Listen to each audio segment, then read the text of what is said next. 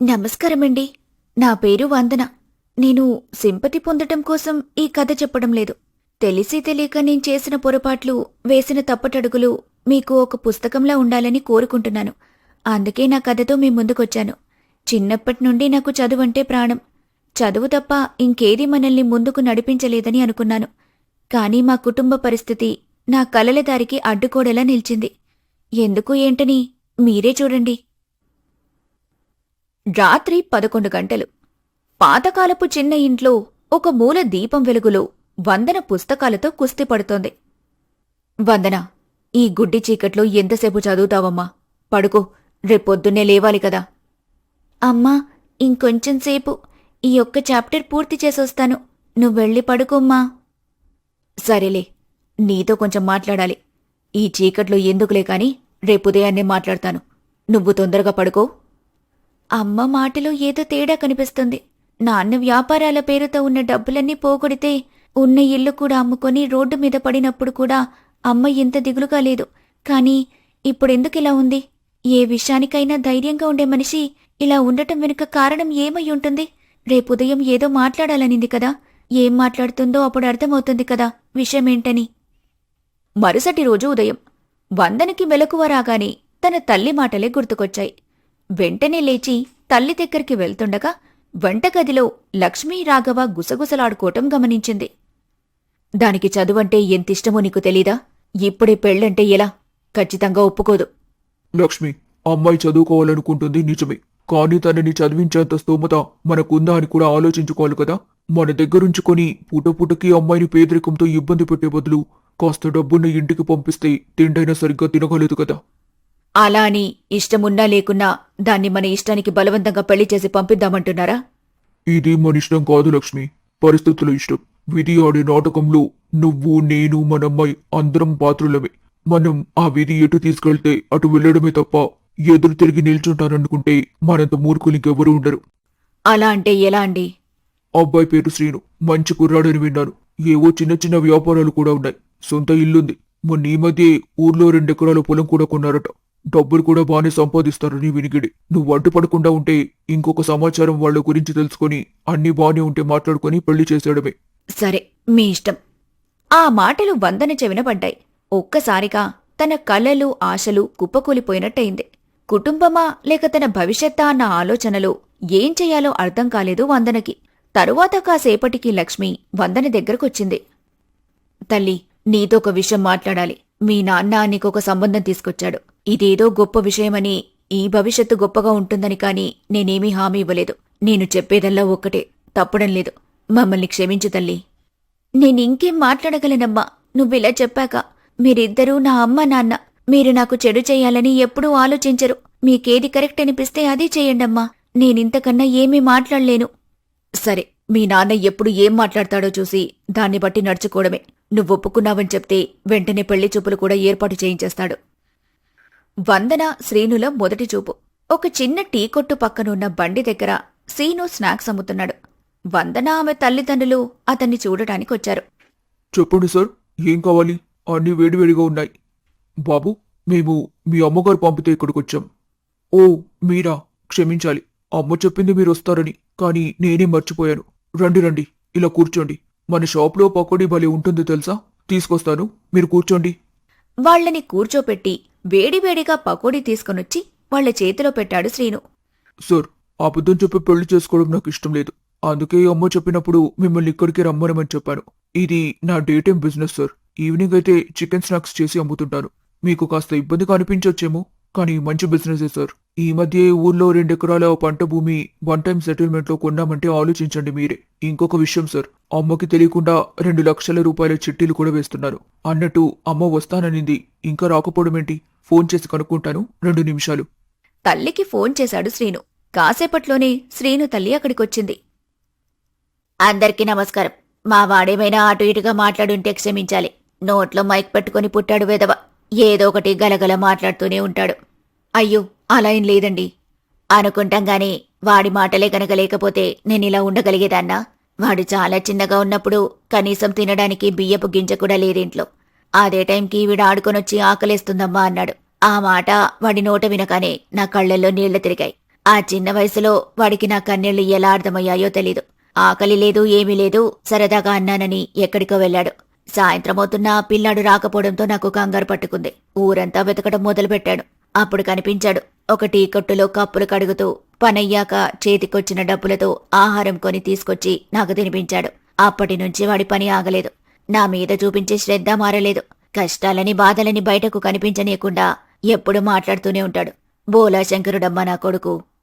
అవునండి, అతని మాటల్లోనే మంచితనం తెలిసిపోతుంది. మీ అబ్బాయికి మీరంటే చాలా ఇష్టం. ఏమనుకోకండి, కొంచెం గిరాకీ వచ్చింది, అందుకే అక్కడికి వెళ్ళాను. ఇంతకీ మీ అమ్మాయి ఎంతవరకు చదువుకుందండి? మా అమ్మాయి డిగ్రీ చేసింది బాబు. ఇంకొక 15 రోజుల్లో ఫైనల్ ఎగ్జామ్స్.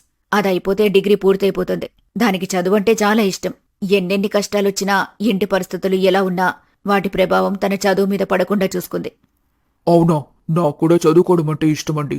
కానీ మన బుర్రకి బిజినెస్ పెట్టాడేమో దేవుడు. చదువు అస్సలకి సావదు. అందుకే నాకు చదువుకునే వాళ్ళంటే చాలా గౌరవం, ఇష్టం. సంతోషం బాబు. అమ్మాయితో ఏమైనా మాట్లాడతారా? నమస్తే. నమస్కారమండి. మీకు చదువన్నా చదువుకునే వాళ్ళన్నా ఇష్టమన్నారు కదా. నాక్కూడా మీలాగే చదువుకోవాలంటే చాలా ఇష్టం. మన పెళ్ళయ్యాక నన్ను చదువుకొనిస్తారా? నేను పెళ్లి తర్వాత కూడా చదువుకోవాలనుకుంటున్నాను. ఒక్క నిమిషం ఆగండి, కొంచెం గిరాకీ వచ్చింది. అది చూసుకుని వచ్చి మీ ప్రశ్నకు సమాధానం చెబుతాను. శ్రీను సమాధానం చెప్పకుండా పక్కకి వెళ్లడం వందనకి గుండెల్లో భయం పెంచుతుంది. పెళ్లి తర్వాత చదువుకు ఒప్పుకుంటాడా, లేక నేరుగా ఇష్టం లేదని చెప్పలేక ఏదో కారణంతో పక్కకి వెళ్లాడా? ఒకవేళ చదువుకోవడానికి ఒప్పుకోకపోతే ఈ సంబంధాన్ని క్యాన్సిల్ చేయాలా? అమ్మా నాన్న ఈ సంబంధం మీదే ఆశలు పెట్టుకున్నారు. నేనీ సంబంధాన్ని క్యాన్సిల్ చేస్తే ఏంటి పరిస్థితి? దేవుడా, నువ్వే ఏదో ఒక దారి చూపించు. వందన మనసులో వందల ఆలోచనలు గందరగోళం పెడుతున్నాయి. ప్రపంచమంతా తిరిగినట్టుగా అనిపిస్తుంది. శ్రీను వచ్చి వందన ఎదురుగా కూర్చున్నాడు. నేను నాకు భార్యగా రావాలనుకున్న అమ్మాయి నా వ్యాపారంలో నాకు సహాయంగా ఉంటూ తనకింకేదైనా వ్యాపార ఆలోచనలుంటే తాను సొంతంగా వ్యాపారం పెట్టుకుని నడిపిస్తుందనుకున్నారు. సరిగ్గా చెప్పాలంటే నా ఆలోచన అంతవరకే ఉంది కావచ్చు. నేను చదువుకున్న చదువుకి, నేను చేసే వ్యాపారానికి నాకొక చదువుకోవాలన్న కోరికున్న భార్య వస్తుందని కల్లో కూడా ఊహించలేదు. మీరు చదువుకోవడానికి ఎలాంటి అభ్యంతరం లేదు నాకు. హాయిగా చదువుకోవచ్చు. కానీ 2 కండిషన్స్. ఒకటి, ఎప్పుడూ ఫెయిల్ అవ్వటం అనేది ఉండకూడదు. రెండవది, చదువుల కోసం కానీ జాబ్స్ కోసం కానీ వేరే దేశం వెళ్తాను, ఇంటికి దూరంగా ఉంటానంటే ఒప్పుకోలేను. ఈ 2 కండిషన్స్ కి ఓకే అయితే నాకు ఓకే. వాడలాగే వాగుతాడు కానమ్మా. నీకు మా ఇల్లు, మేము చేసే పనులు కూడా నచ్చుతాయో లేదో చూడు. ఇది కాలేజీనో స్కూలో కాదు కదా. ఎలా ఉన్నా 4 ముక్కలు నేర్చుకుని సాయంత్రానికి ఇంటికి వెళ్లడానికి అత్తారిల్లు. నువ్వున్నంతకాలం ఇక్కడే ఉండాలి. అందుకే 1కి 2 సార్లు ఆలోచించుకుని నిర్ణయం తీసుకుంటే మంచిది. అత్తగారి మాటలు విన్న వందనకి ఎక్కడో తెలియని సంతోషం మొలకెత్తింది. దానికి కారణం వాళ్లు చదువుకోవడానికి కాదనకపోగా తన నిర్ణయానికి స్వేచ్ఛనిచ్చారని. అయ్యో, వందన చిన్నపిల్ల, అందుకే ఏం మాట్లాడలేకపోతుంది. మాకీ సంబంధం చాలా బాగా నచ్చింది. ఇంత మంచి అత్త, కష్టపడే భర్త వస్తుంటే ఎవరైనా కాదనుకుంటారా చెప్పండి? ఎన్ని జన్మల పుణ్యం చేసుకుంటేనో గాని మంచి సంబంధాలు కుదరవు. అలాంటిది మేము చూసిన మొదటి సంబంధమే ఇంత మంచిదొస్తే కాదని ఎలా అనుకుంటాం? ఇంతకీ మీకు మా సంబంధం నచ్చిందో లేదో చెప్పనేలేదు. నా కొడుకు, అమ్మా, ఇదిగో ఈవిడ నీ కోడలని ఎవ్వరిని తీసుకొచ్చినా నాకే అభ్యంతరం లేదు. వాళ్ళిద్దరూ బాగుంటే నాకదే చాలు. మేము మా కుటుంబం చేసే వ్యాపారాల్లో సహాయం చేసే అమ్మాయి వస్తుందేమో అనుకున్నాం. కానీ తనకంటూ సొంత నిర్ణయాలున్న అమ్మాయి రాబోతుందని అర్థమైంది. సొంత కాళ్ల మీద నిలబడాలనుకున్న దానికంటే ఇంకేం కావాలి? అందుకే మాకు మీ కుటుంబంతో సంబంధం కలుపుకోవడానికి ఎలాంటి అభ్యంతరం లేదు. ఒక పని చేద్దాం. ఇప్పటికిప్పుడే నిర్ణయం తీసుకోకుండా బాగా ఆలోచించుకొని ఒక 2 రోజుల తర్వాత మన నిర్ణయం తీసుకుందాం. పెద్దోళ్ల మాత్రమే నిర్ణయించుకుంటే సరిపోదు కదా. పిల్లలు కూడా ఆలోచించుకోవాలి కదా. అందుకే 2 రోజుల తర్వాత మాట్లాడుకుందాం. ఏమంటారు? అది కూడా మంచి ఆలోచనే. సరే, అలాగే చేద్దాం. ఇక మేం వెళ్ళొస్తాం. ఆగండి ఆగండి, మాటల్లో పడి పకోడీ తినడమే మర్చిపోయారు. మీకు వేడిగా పకోడీ కట్టిస్తాను, దారిలో కాలక్షేపంగా తింటూ వెళ్ళండి అని శ్రీను మరికొన్ని పకోడీలు వేడిగా కట్టేసి వాళ్ళకిచ్చాడు. వందన కుటుంబం అక్కడి పైనుంచి వెళ్లిపోయారు. దారిలో వెళ్తుండగా వందన మనసులో పెళ్లి కాబోతుందని ఒక చిన్న సిగ్గు. ఇక తన చదువుకి ఎలాంటి ఆటంకాలు లేవని సంతోషం. ఆ సంతోషంలోనే ఇంటికి చేరుకుంటారు. ఏమోయ్, నీ ఫోన్ చేస్తే ఇంట్లోనే ఉన్నానన్నాడు. ఇంతలోకి ఎటెళ్ళిపోయాడే నీ పుత్రరత్నం? నాకేం తెలుసండి. ఫోన్ మాట్లాడింది మీరు, చెప్పింది మీకు. నన్నడుగుతారెందుకు? మళ్ళీ ఫోన్ చేయండి, చెప్తాడు కదా ఎక్కడున్నాడు. రాఘవ ఫోన్ చేస్తుంటే ఫోన్ లిఫ్ట్ చేయటం లేదు వాసు. మళ్ళీ మళ్ళీ చేసినా కూడా లిఫ్ట్ చేయటం లేదు. కాసేపటికి వాసు నుంచే ఫోనొచ్చింది. ఏరా, ఫోన్ లిఫ్ట్ చేయడానికి ఏం బలుపు? ఎక్కడున్నావు? మీ వాడుకున్న బలుపు వల్ల పోలీస్ స్టేషన్లో ఉన్నాడండి. స్టేషన్కొచ్చి మీ వాడిని తీసుకుని వెళ్ళండి. రాఘవ మొహంలో కంగారు మొదలైంది.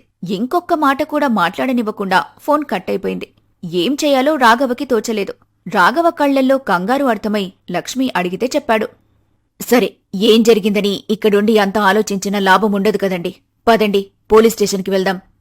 లక్ష్మి మాటలు వినిపించి చదువుకుంటున్న వందన తన గదిలోంచి బయటకొచ్చింది. పోలీస్ స్టేషన్ అంటున్నారు, ఏమైందమ్మా? తమ్ముణ్ణి పోలీస్ స్టేషన్లో ఉంచారని పోలీసులు ఫోన్ చేసి చెప్పారంట. అయితే ఆలస్యమెందుకు? పదండి, పోలీస్ స్టేషన్కి వెళ్దాం.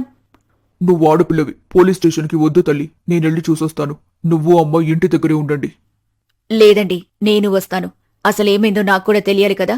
మీరింకొక మాట మాట్లాడొద్దు. పదండి వెళ్దాం. వందన, నువ్వు జాగ్రత్త తల్లి. వీలైనంత తొందరగా వచ్చేస్తాం అని చెప్పి రాఘవ, లక్ష్మి అక్కడ్నుంచి వెళ్ళిపోయారు. వందన చదవడానికి ఎంత ప్రయత్నించినా కూడా అవ్వటం లేదు. అమ్మ వాళ్ళు స్టేషన్కి వెళ్ళుంటారు కదా, ఒకసారి ఫోన్ చేస్తే ఏమైందో తెలుస్తుంది కదా. అమ్మో వద్దులే, ఎవరితో అయినా మాట్లాడుతుంటారేమో. ఇప్పుడు ఫోన్ చేస్తే బాగుండదు. అయినా అక్కడ పనైపోతే వాళ్లే వస్తారు కదా. మళ్ళీ ఫోన్ చేసి ఇబ్బంది పెట్టడం ఎందుకు? కానీ నా టెన్షన్ పోవాలంటే ఏం చెయ్యాలి? ఉదయం నుంచి సంతోషంగా ఉన్నాను కదా, అందుకే ఇలా జరిగింది. నేను సంతోషంగా ఉండటం దేవుడికి కూడా ఇష్టం లేదేమో. అవును, అమ్మా నాన్న ఉదయం నుంచి ఏమీ తినలేదు కదా, వాళ్ళొచ్చేలోపు ఏదైనా వంట చేసి పెడతాను అని అనుకుంటూ వంటగది దారి పట్టింది వందన. తను వంట పూర్తయ్యే సమయానికి తల నేలకు వేసి వస్తున్న తల్లిదండ్రుల్ని చూసింది. వెంటనే వాళ్ల దగ్గరికి వెళ్ళింది. నాన్నా, ఏమైంది నాన్నా? అవ్వడానికి ఏముందమ్మా, వీడి వల్ల మేము నలుగురిలో మాటలు పడటం కొత్తేమి కాదు కదా. ఇప్పుడది కాస్త పోలీస్ స్టేషన్ వరకు వెళ్ళింది, అంతే. రేపు ఇంకెక్కడికి వెళ్ళనుందో. చిన్నప్పటి నుంచి ఒకరితో చెప్పించుకున్నది కాని ఒకరితో మాట పడింది కానీ లేదు. ఇదిగో నా పుత్రుడు ఆ లోటు తీరుస్తున్నాడు. ఇదిగో వీడున్నాడు చూడు, ఎక్కడో మత్తులో తూలాడి ఎవరినో కొట్టాడంట. వాళ్లు పోలీస్ స్టేషన్లో కంప్లైంట్ చేయడంతో పోలీసులు వాణ్ణి తీసుకుని వెళ్లారు. మమ్మల్ని పిలిచి ఇష్టం వచ్చినట్టు మాట్లాడారు. పెంపకం బాగుంటే ఇలాంటి వాళ్లెందుకు తయారవుతారని మా పెంపకంపై ఎన్నో మాట్లాడారు. ఇంకా చాలా మాట్లాడారులే. ఒక తల్లిలా నీకవన్నీ చెప్పలేను. అయినా నువ్వు మా పెంపకంలోనే పెరిగిన దానివి కదా. మా పెంపకమే తప్పైతే నువ్వలానే తయారై ఉండాలి కదా. అయినా ఏ తల్లిదండ్రులు వాళ్ళ పిల్లల్ని చెడిపోమ్మని పెంచుతారు? అమ్మా, ఎక్కువగా ఆలోచించకండి. ముందు లోపలికి రండి. కాలు చేతులు కడుక్కోండి. భోజనం చేద్దురు. అయ్యో, నీ తమ్ముడు కడుపు నింపాళ్ళమ్మా. కడుపు ఖాళీ లేదు, మీరు తినేయండి. తండ్రి మాటల్ని పట్టించుకోకుండా వాసు వెళ్లి భోజనానికి కూర్చున్నాడు. వందన వడ్డిస్తూ ఉంది. రేయ్ తమ్ముడు, ఎందుకురా ఇలా చేస్తున్నావు? అమ్మ వాళ్ళు చూడు ఎంతలా బాధపడుతున్నారో. కొంచెమైనా ఆలోచించాలి కదా. నేనే అందరి బాధ గురించి ఆలోచించాలా? నా బాధ గురించి ఎవరు ఆలోచించరా? ఒక్కసారైనా తమ్ముడు ఏమైందని అడిగావా? నా ప్రాబ్లం ఏంటో తెలుసుకోవడానికి ట్రై చేశావా ఎప్పుడైనా? ఎన్ని రోజుల నుంచి అడుగుతున్నాను. కొనిచ్చాడో పెద్ద మనిషి. నాకు నచ్చిన బండి కనిపిస్తే ముట్టుకొని చూశాను, అంతే. బండివాడొచ్చి ఏదో అన్నాడు, కోపం వచ్చి కొట్టాను. చెప్పక్క, దీంట్లో తప్పెవరిది? నాదా వాడిదా? అయినా పిల్లలు అడిగినవి కొనివ్వలేని తల్లిదండ్రులు పిల్లల్ని ఎందుకు కన్నట్టు? వాళ్లలాగానే పూట గడవడానికి యుద్ధం చేస్తూ బతకమనా? నాకలాంటి బతకొద్దు. రిచ్ వాళ్లు నన్ను కనలేదు కానీ నేను ఈ సోకాల్డ్ మిడిల్ క్లాస్ బతుకు బతకాలనుకోవటం లేదు. కొడితే ఒక్కసారి రిచ్ అయిపోవాలి, దానికోసమే ట్రై చేస్తున్నా. ఏం తాగావో? ఆ మత్తు నీకింకా దిగినట్టులేదు. ఎక్కువగా మాట్లాడకుండా ముందు పెట్టింది తిని మూసుకొని వెళ్లి పడుకో, అర్థమైందా? కోపంగా చెప్పినా వాసు అలానే అరుస్తూ ఉంటే చెకచెకా 2 ముద్దలు నోట్లో కుక్కి వాసును తీసుకుని వెళ్లి పడుకోబెట్టింది వందన. వాసు మాటలు విన్న తల్లిదండ్రులు బాధపడుతున్నారు. అమ్మా, నాన్న, వాడి గురించి మీరేం దిగులు పడకండి. ఏదో తెలిసి తెలియని వయసు కదా, తెలియక ఏదో చేసుంటాడు. తెలియక చేసేదేంటమ్మా? వాడన్నీ తెలిసే చేస్తున్నాడు. చదువుకోరా అని కాలేజ్కి పంపిస్తే కాలేజ్కి పోకుండా పని నేర్చుకుంటానని ఫోటోగ్రఫీ అని, కొన్ని రోజులు ఈవెంట్ మేనేజ్మెంట్ అని, ఇంకొన్ని రోజులు ఇంకేదో ఇంకేదో ఇంకేదో. ఇలా ఇంట్లో డబ్బులు వేస్ట్ చేయడమే తప్ప ఏదైనా చేశాడా? అయినా ఇవన్నీ చేయాల్సిన కర్మ వాడికేంటి? చదువుకుంటే అన్నీ మనమే చూసుకుంటాం కదా. ఇప్పుడు ఏం చేస్తున్నాడో తెలీదు. ఎప్పుడు ఇంట్లో నుంచి వెళ్తున్నాడో, ఎప్పుడు ఇంటికొస్తున్నాడో తెలీదు. ఎప్పుడూ ఫోన్లో మాట్లాడ్డం, తాగుతూ తిరగటం, గొడవలు పడటం. ఇప్పుడు కొత్తగా బైక్ కావాలని పట్టుబట్టాడు. ఏదైనా పర్పస్ ఉన్నోడికి బండి కొనిస్తే ఉపయోగపడుతుంది. కాని గాలి తిరుగుళ్ళు తిరిగేవాడికి ఎందుకు కొనిస్తాం? ఛీ, వీడి వల్ల అయినోళ్లలో ఊర్లో పరువు పోతుంది. అమ్మా, వాడెలా వింటాడో అలా చెబుదాంలే అమ్మా. ఇలా మీరు బాధపడితే ఎలా? బాధకాక ఇంకేంటి? కన్న కొడుకు కళ్ల ముందు పాడైపోతుంటే బాధపడక ఆనందంగా ఉండగలమా? నిన్న పెళ్లి గురించి మాట్లాడ్డానికి వెళ్లిన దగ్గర మాకు కొడుకు కూడా ఉన్నాడని చెప్పలేకపోయామంటే ఎందుకు? వీడున్నాడని చెప్తే ఏం చేస్తున్నాడని అడుగుతారు. గాలికి తిరుగుతున్నాడు అని చెప్పలేం కదా. అమ్మా, అలాగని చెప్పకుండా దాచలేం కదా, చెప్పాల్సిందే కదా.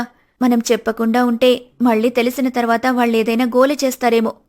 ఏదో చేద్దాంలే, నువ్వు కంగారు పడకు. ఇంతకీ నువ్వేమైనా తిన్నావా లేదా? తినేసి వెళ్ళి చదువుకోపో. మిగతా విషయాలు మేం చూసుకుంటాం. వందన తన గదిలోకి వెళ్ళిపోయింది. ఇంట్లో వాళ్ళు వాసు గురించి ఆలోచిస్తూనే ఉన్నారు. తరువాతి రోజు ఉదయాన్నే గంగ దగ్గర్నుంచి ఫోనొచ్చింది. అమ్మో, చెప్పండి. అదే ఏమనుకుంటున్నారన్న విషయం అడగడానికి చేశాను. కొద్ది రోజులు దాటితే మళ్ళీ మంచి ముహూర్తం లేవంట కదా. ఏదో ఒకటి తేలితే త్వరగా పెళ్లి చేసేయొచ్చు కదా అని కాస్త తొందరపడుతున్నాను. మాటల్లో ఏ మార్పు లేదమ్మా. అబ్బాయి మాకు నచ్చాడు, అమ్మాయికి కూడా నచ్చాడు. అమ్మాయి చదువుకోవడానికి కూడా మీరు ఒప్పుకున్నారు. ఇంకా ఆలోచన ఏం లేదు. తెలిసిన పంతులు ఎవరైనా ఉంటే మంచి ముహూర్తం పెట్టించండి. ఆల్రెడీ మాట్లాడి పెట్టేశానన్నయ్య. 2 రోజుల్లో నిశ్చితార్థానికి మంచి ముహూర్తం ఉందన్నారు. 15 రోజుల్లో పెళ్లి. మీకేదైనా అభ్యంతరం ఉంటే చెప్పండి అన్నయ్య, మళ్ళోసారి మాట్లాడదాం. అభ్యంతరం ఏం లేదమ్మా. పంతులు చెప్పిన ముహూర్తానికే ఖాయం చేసేయండి. నేను ఇంట్లో చెప్తాను. ఒకసారి మనం మాట్లాడుకునే విషయాలు మాట్లాడుకుంటే బాగుంటుందేమో కదా. తర్వాత మాట్లాడుకుంటే ఏదైనా ఇబ్బందులు రావచ్చు. అలాగే, నేను ఇంకొక 2 గంటల్లో మీ దగ్గరకొస్తాను. అప్పుడే అన్ని విషయాలు మాట్లాడేసుకుందాం. అబ్బాయిని కూడా తీసుకొని వస్తారా? లేదులే అన్నయ్య, వాడిలాంటి విషయాలకి రాడు. పైగా షాప్ క్లోజ్ చేయమన్నా చేయనంటాడు. నేనే వస్తాను. సరే అమ్మా, అలాగే. గంగ ఫోన్ పెట్టేసిన తర్వాత ఇంట్లో వాళ్ళకి విషయం చెప్పాడు రాఘవ. ఇంట్లో అన్నీ సర్దుతుండగానే చెప్పిన టైం కల్లా గంగ ఇంటికొచ్చేసింది. నమస్కారమండి, ఏం తీసుకుంటారు? మర్యాదలెందుకు? అన్నయ్య ఏదో మాట్లాడాలన్నారు. అది మాట్లాడేసుకుంటే నేను త్వరగా వెళ్తాను. ఇంట్లో ఆవులున్నాయి కదా, సాయంత్రానికి వాటి దగ్గరుండాలి. పాలు పితికి పాల కేంద్రానికి పంపాలి. అదే కట్న కానుకల గురించి మాట్లాడుకుందామని. మీ తలకు మించి ఏది పెట్టొద్దు. నాకు గాని నా కొడుక్కి గాని ఏ కట్నాల కోరికల్లేవు. మీకలా ఇవ్వడంలోనే సంతోషముంటే కాదని అనను. అది పూర్తిగా మీ ఇష్టం. పెళ్లి ఖర్చుల్లో కూడా సగం సగం. ఇకేదైనా మీ ఇష్టం. ఏమంటారు? అలాగే. అన్నయ్య, మీకూడా ఓకే కదా? ఏం మాట్లాడరేంటి? అంత మంచి మాట మాట్లాడిన తర్వాత ఇంకేముందమ్మా. వాళ్లలా మాట్లాడుతుంటే వాసు నిద్ర నుంచి లేచి బయటికొచ్చాడు. అన్నయ్య, ఇతను అని అడిగింది గంగ కాస్త అనుమానంగా. వాడు మా అబ్బాయి అమ్మా, వాసు. అవునా? నిన్న మనం మాట్లాడుకున్నప్పుడు మీకు అబ్బాయి ఉన్నాడన్న విషయమే చెప్పలేదు. అంటే మన మాటల్లో వాడి గురించి చెప్పే సందర్భం రాలేదు కదా. చూడండి, ఇవన్నీ కప్పిపుచ్చే మాటలే తప్ప నిజాలు కావు. ఎవరైనా పెళ్లి చూపులకొస్తే ఇంట్లో ఉన్న వాళ్ళందరి గురించి చెప్తారు. సందర్భం రాలేదని చెప్తున్నారంటే మీకైనా ఏం మాట్లాడుతున్నారో అర్థమవుతుందా? ఇదొక్కటేనా, ఇంకేదైనా దాచారా? అయ్యో, మీతో అబద్ధం చెప్పాలని మా ఉద్దేశం కాదండి. అయ్యో, మాట దాచిపెట్టడం అబద్ధం ఒకటి కాదండి. అబద్ధం చెప్తే కనీసం అవతలి వాళ్ళని సంతోషంగా ఉంచాలని చేసే పని కాని దాచిపెట్టడం మోసంతో సమానం. ఇంకేదైనా దాచారా? ఇప్పుడే చెప్పండి. ఏహే, ఎవరివిడా ఇంతలో మాట్లాడుతుంది? అయినా నా గురించి మీకెందుకు చెప్పాలి? డ్రై వెదవా, కాసేపు నోరు మూస్తావా? నోటికెంత మాటొస్తే అంత మాట మాట్లాడమేరా. ఆవిడ ఎవరనుకుంటున్నావు? మీ అక్కకి కాబోయే అత్తగారు. ఓహో, నాకు తెలియకుండా ఇంత చేస్తున్నారన్నమాట. ఇంట్లో నేను కొన్ని ఉన్నాను. నాకేదైనా విషయం చెప్పాలన్న సెన్స్ ఉందా మీకు అసలు? అంటే మీ అబ్బాయి కూడా మా విషయం చెప్పకుండానే ఈ పెళ్లి చేయాలనుకున్నారా? ఇలాంటి ఇంటికి మా వాడు అల్లుడవుతే ఇంకేమైనా ఉందా?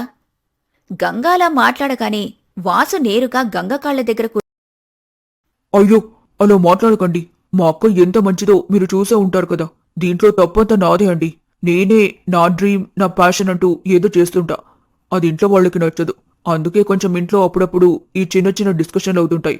అయినా ఇంత చిన్న డిస్కషన్లు కూడా రాని ఇళ్లేదైనా ఉంటుందా చెప్పండి?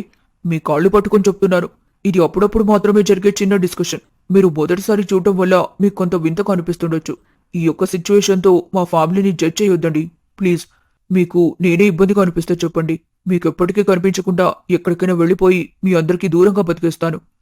వాసు మాటలకి ఇంట్లో వాళ్లతో పాటు గంగ కళ్లల్లో కూడా నీళ్లు తిరుగుతాయి. ఇలాంటి తమ్ముడు ఎంతమందికుంటారు చెప్పు బాబు.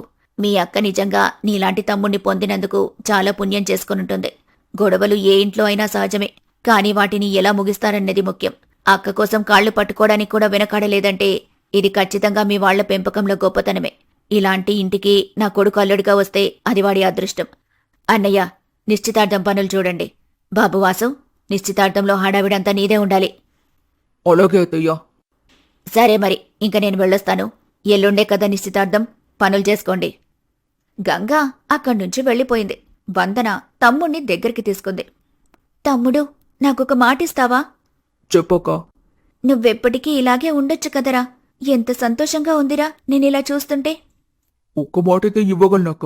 నీ పెళ్లి నా చేతుల మీదుగా జరిపిస్తాను. పద, పనులు మొదలు పెడదాం. నిశ్చితార్థం పనులు మొదలయ్యాయి. ఇంటిల్లిపాది ఆ పనుల్లో 2 రోజులు గడిపేశారు. ఎక్కువ సమయం లేకపోవడంతో వందన శ్రీను నిశ్చితార్థం దగ్గరి బంధువుల సమక్షంలో ఘనంగా జరిగింది. పెళ్లి ముహూర్తం సరిగ్గా 15 రోజులే ఉండటంతో పనులు చకచకా చేయాలని అందరిలో కంగారు మొదలైంది. పెళ్లి పనులు చకచకా జరుగుతున్నాయి. వందనని పెళ్లి కూతుర్ని చేస్తున్నారు. అమ్మా, ఒక్క నిమిషం, తమ్ముడెక్కడ కనిపించట్లేదు. అవునే, నిన్న సాయంత్రం కళ్యాణ మండపం దగ్గరికి వెళ్లమని పంపించాను. అర్ధరాత్రి ఇంటికొచ్చాడు. ఈ రాత్రి అడగడం ఎందుకులే అని ఉదయాన్నే అడుగుదామని అనుకున్నాను. పొద్దున లేచిన దగ్గర్నుంచి కనిపించనే లేదు. ఇదిగో ఈ హడావిడిలో పడిపోయి నేను వాణ్ణి గమనించలేదు. ఇంతకీ మాట్లాడి వచ్చాడా లేదా? ఒకసారి వాడికి ఫోన్ చేయించమ్మా. లేదంటే ఒక్క నిమిషం ఆగు, నేనే ఎవరి ఫోన్లో నుంచైనా ఫోన్ చేస్తాను. లేదు, పెళ్లి కూతుర్ని చేస్తున్నారు కదా, నువ్విక్కడే ఉండాలి. నేను చూస్తానులే, ఆగు. లక్ష్మి కాస్త కంగారుగా వెళ్తుండగా కోపంగా రాఘవ ఇంట్లోకి రావటం గమనించింది. ఏమైంది? అంత కోపంగా ఉన్నారెందుకు? కోపం కాక ఇంకేంటి? మనిషైన వాడు ఇంట్లో ఏం జరుగుతుంది ఏంటని కొంచెం కూడా బాధ్యత ఉండొద్దా? ఎవరి గురించండి అంత కోపంగా మాట్లాడుతున్నారు? ఏమైందసలు? పెళ్లికి ఒక్కరోజుంది. వాడు రాత్రంతా తాగేసి ఇంటికొచ్చాడు. ఉదయం లేవగాని ఎందుకలా తాగెవరు అన్నందుకు కోపంగా మళ్లీ వెళ్ళాడు. అదిగో ఇంటి బయట చూడు వాడి అవతారం. లక్ష్మి కంగారుగా ఇంటి బయటకు వెళ్లేసరికి అక్కడ పడిపోయున్నాడు వాసు. రేయ్ వాసు, ఏంట్రా ఇది? ఇలా చేసావేంట్రా? వాసు మత్తులో కళ్ళు తెరవకుండానే, అమ్మా, వచ్చావా? అక్కకి మాటిచ్చానమ్మా, కాని క్షమించమ్మా. నేను తప్పు చేయలేదమ్మా. మాట తప్పాను. కర్మరా దేవుడా! వాసుని తన భుజాల మీద వేసుకుని ఇంట్లోకి తీసుకుని వెళ్తూ ఉంటుంది. వాసు మాట్లాడుతూ ఉంటాడు. ఇంకేం మాట్లాడకురా నువ్వు. ఇప్పటికి చేసింది చాలు. నువ్వు మారుతావనుకుని మేము, ముఖ్యంగా మీ అక్క, ఎన్ని ఆశలు పెట్టుకున్నాన్రా. కాని మా ఆశలన్నీ అడియాశలు చేస్తున్నావు. లక్ష్మి వాసుని ఇంట్లోకి తీసుకుని వెళ్లి ఒక మంచం మీద పడుకోబెట్టింది. ఆ తర్వాత వందన దగ్గరికి వెళ్ళింది. ఏమైందమ్మా? వాడికి ఫోన్ చేశావా? ఎక్కడున్నాడో చెప్పాడా? నాకు రోజురోజుకు మతిమరుపు ఎక్కువైపోతుందమ్మా. నేనే పనిమీద వాణ్ణి పంపించాను. ఇంతలోనే మర్చిపోయాను. పనయ్యాక వస్తాళ్లే. మాట్లాడుతూ ఉంటూనే రాఘవ ఫోన్ తీసుకుని వచ్చి లక్ష్మికిచ్చాడు. ఫోన్లో వియ్యంకురాలుంది, మాట్లాడు. నమస్తే వదినా. ఇక్కడ మా వాణ్ణి పెళ్లి కొడుకు చేసే తంతు పూర్తవుతుంది. పెళ్లి కొడుకుని తీసుకెళ్లడానికి ఎవరైనా రావాలి కదా. అయినా ఎవరో ఎందుకు, మీ అబ్బాయి ఉన్నాడు కదా. బావని తీసుకెళ్లడానికి బామ్మర్దే కదా రావాలి. అతన్ని పంపించండి, బాగుంటుంది. ఏమంటారు? అంతే కదా? అంతే అంతే వదినా. సాయంత్రంలోగా మేం పంపిస్తాం. మీరేం కంగారు పడకండి. సరే సరే వదినా, కంగారంటే ఉంటుందిగా. చాలా రోజుల తర్వాత ఇంట్లో జరుగుతున్న శుభకార్యం కదా. ఏ చిన్న తప్పు కూడా జరగకూడదని, అంతే. అలా జరగకుండా చూడ్డానికి మేమున్నాం కదా. మీకే భయమొద్దు. అంతా మేం చూసుకుంటాం. సరే వదినా, పెళ్లి మండపంలో కలుద్దాం మరి. ఉంటాను. అలాగే. ఫోన్ పెట్టేయటంతోనే లక్ష్మి తల కొట్టుకుంటూ ఉంది. కర్మ, కర్మరా దేవుడా! ఇలాంటి పరిస్థితులు ఏ తల్లిదండ్రులకి రాకూడదు. అమ్మా, ఏమైంది? అత్త ఏమైనా అనిందా? ఈ పెళ్లి నీకిష్టం లేదా అమ్మా? చెప్పు. మీరొప్పుకున్నారని నేనొప్పుకున్నాను. అంతే తప్ప నాకీ పెళ్లి మీద ఎలాంటి ఉద్దేశం లేదు. నీ గురించి కాదమ్మా. వాడున్నాడుగా రాక్షసుడు. వాడి గురించే ఆలోచనంతా. వాడెవరు? వాసునంటున్నావా? వాడేం చేశాడమ్మా? కొత్తగా ఏం చేయలేదు. మనమే వాణ్ణి తప్పుగా అర్థం చేసుకున్నాం. వాడింకా మారతాడన్న ఉద్దేశం కూడా నాకు లేదు. ఇప్పుడే కాదు, ఎప్పుడు కూడా లేదు. కాని కనీసం నీ పెళ్లి వరకైనా సరిగ్గా ఉంటాడేమో అనుకున్నా. ఎప్పుడు కూడా ఉండలేదు. ఇంకా వాడిప్పుడు మారతాడా చెప్పు? అక్కడేమో మీ అత్తయ్య వాణ్ణి పంపించమని మాట్లాడుతోంది. ఈ అవతారంలో వాడెళ్తే ఇంక వియ్యంకుల ఇంట్లో పరుగుంటుందా? ఏం చేయాలో ఏమో అర్థమే కావటం లేదు. ఉండమ్మా, నేను వాడితో మాట్లాడొస్తాను. వద్దు, ఇంకా టైముంది కదా. కాసేపయ్యాక మాట్లాడుతూలే. ఇప్పుడు పడుకున్నాడు కదా. వాణ్ణి లేపితే ఇంకేం ఘోరాలు జరుగుతాయో ఏమో. తమ్ముడు తనకిచ్చిన మాట తప్పి మళ్లీ అలా చేయటం వందనకి చాలా బాధ కలిగించింది. వాడు ఎవ్వరి మాట విన్నా వినకున్నా కనీసం నా మాట వింటాడనుకున్నాను. కాని ఇప్పుడు నాకిచ్చిన మాట తప్పి వాడిష్టం వచ్చినట్టే ప్రవర్తిస్తున్నాడంటే వాడికి నా మీద ఇష్టం లేదనే కదా అర్థం. నాకేదైనా ఆపద వస్తే తమ్ముడు ఉంటాడన్నా, కాని వాడి ప్రపంచం వేరు. వాడి ప్రపంచంలో నేను లేను. అయినా నేను అక్కనైనంత మాత్రాన నేను వాడికి ముఖ్యమని నేననుకుంటే తప్పు నాదే కాని వాడిది కాదు కదా. వాడి జీవితం వాడిష్టం. సాయంత్రం ఒకసారి అడిగి చూస్తాను. వాడేది చేసినా వాడిష్టమే ఇకపైన. కాసేపటికి వందనని పెళ్లికూతురు చేసే పనులు అయిపోయాయి. వందన ఇంట్లో తిరుగుతుంటే వాసు లేచొచ్చాడు. అక్క, నీతో మాట్లాడాలి. మాట్లాడ్డానికి ఏముందిరా? మళ్ళీ సారీ చెప్తావు, ఇంకోసారి ఇలా చెయ్యను అని చెప్తావు. అంతకు మించి ఇంకేం లేదు కదా. ఇవన్నీ ఎప్పుడు చెప్పే మాటలే కాని సాయంత్రం పెళ్లి కొడుకుని తీసుకురావడానికంటే వెళ్ళు. అక్కడ ఎలాంటి పెంట చేయకుండా ఉంటే అంతే చాలు. అదుకోదక్క, ఒకసారి నేను చెప్పేది వినొచ్చు కదా. వాసు, కొన్ని ఎంత ప్రయత్నించినా మారనప్పుడు మనం మారిపోవాలి కదా. నేనిప్పుడు మళ్ళీ నీ మాట విని నిన్ను నమ్మి మోసపోయేదానికంటే నిజాన్ని నమ్మి ఉండటం మంచిది కదా. సరే, అదంతా ఎందుకులే కాని సాయంత్రం మగ పెళ్లి వాళ్ల ఇంటికి వెళ్తావు కదా, లేదంటే వేరే వాళ్ళని పురమాయించమంటావా? వెళ్తానక్క, నేనే వెళ్తాను. వేరే ఎవరూ అవసరం లేదు. అందరూ పెళ్లి పనుల్లో పడిపోయారు. తరువాతి రోజు పెద్దల సమక్షంలో శ్రీను వందనల పెళ్లి జరుగుతుంది. శ్రీను సరిగ్గా తాళి కడుతున్న టైంలో వందన ఆపి, నేను చదువుకోవడం మీకేం ఇబ్బంది లేదు కదా? నన్ను ఏ కండిషన్స్ పెట్టకుండా చదువుకోనిస్తారు కదా? అయ్యో, అలా ఏం లేదండి. మీకు మాటిచ్చాను కదా, మాట తప్పేదే లేదు. శ్రీను ఆ మాట చెప్పిన తర్వాతే వందన తాళి కట్టనిచ్చింది. పెళ్లిరోజు సాయంత్రం వందన శ్రీను బెడ్రూంలో కూర్చున్నారు. ఇదంతా కొత్తగా అనిపిస్తుంది. ఇన్ని రోజులు పెళ్ళంటే అలా ఉంటుంది, ఇలా ఉంటుందని తెగ ఆలోచించాను. పెళ్లి ఒక ఫాంటసీలా అయిపోయింది. తర్వాత కొన్నాళ్లకి అసలు నాకు పెళ్ళవుతుందా అనే డౌట్ వచ్చింది. ఇంకా పెళ్లి కాదేమో అనుకున్న టైంలో నువ్వు వచ్చావు నా లైఫ్లోకి. ఇప్పుడు నా ఇంట్లో నేను, నా పక్కన నా భార్య. బాగుంది కదా అంటూ శ్రీను వందన భుజం మీద చెయ్యి వేశాడు. వెంటనే వందన శ్రీను చెయ్యి విడిపించుకొని తలకడ తీసుకుని దూరంగా వెళ్లి పడుకుంది. ఒక్క క్షణం శ్రీనుకి ఏం జరుగుతుందో అర్థం కాలేదు. అదేంటి, వందన ఇలా దూరంగా వెళ్ళి పడుకుంది? కొత్త కదా, కాస్త భయంగా అనిపించి ఉండొచ్చులే. శ్రీను కూడా పడుకుండిపోయాడు. తరువాతి రోజు ఉదయాన్నే లేచి కాలేజ్కి రెడీ అవుతుంది వందన. ఏమ్మా వందన, ఎక్కడికమ్మా రెడీ అవుతున్నావు? ఎక్కడికింటత్తయ్యా? కాలేజ్కి. చదువుకోవడమంటే ఇంట్లో కూర్చొని చదువుకోవడం కాదా, కాలేజ్కి వెళ్లడమా? అదేంటత్తయ్యా కొత్తగా మాట్లాడుతున్నారు? నేను చదువుకుంటానంటే మీరు ఒప్పుకున్నారనే కదా మనం పెళ్లి వరకు వచ్చాం. ఇప్పుడు మళ్ళీ ఏదో మాట్లాడతారేంటి? సరే సరే, కాలేజ్ టైం అవుతున్నట్టుంది కదా, నువ్వెళ్ళు, నేను వాడితో మాట్లాడతానులే. సాయంత్రం త్వరగా వచ్చేయమ్మా, గుడికెళ్ళి రావాలి. సరే అత్తయ్యా. వందన కాలేజ్కి వెళ్ళింది. శ్రీను బండి దగ్గరికి వెళ్లడానికి అన్నీ సిద్ధం చేసుకుంటున్నాడు. శ్రీను, ఏం చేస్తున్నావురా? ఏంటి ఈ రోజు కొత్తగా అడుగుతున్నావు? రోజు చేసేదే కదమ్మా. నేనడిగేది నువ్వు చేసే వ్యాపారం గురించి కాదు, నువ్వు చేసుకున్న అమ్మాయి గురించి. ఏమైంది? దేని గురించి ఇలా మాట్లాడుతున్నావు నువ్వు? పెళ్లైన తెల్లారే కాలేజ్కి పోతానని వెళ్ళిపోయిందేంట్రా అమ్మాయి? ఆయన చదువుకోవడం అంటే ఇంటి పట్టు నుండి ఏదో ఎగ్జామ్స్ ఉన్నప్పుడు వెళ్లి రాయటం కదా. ఇలా అయితే ఎలారా?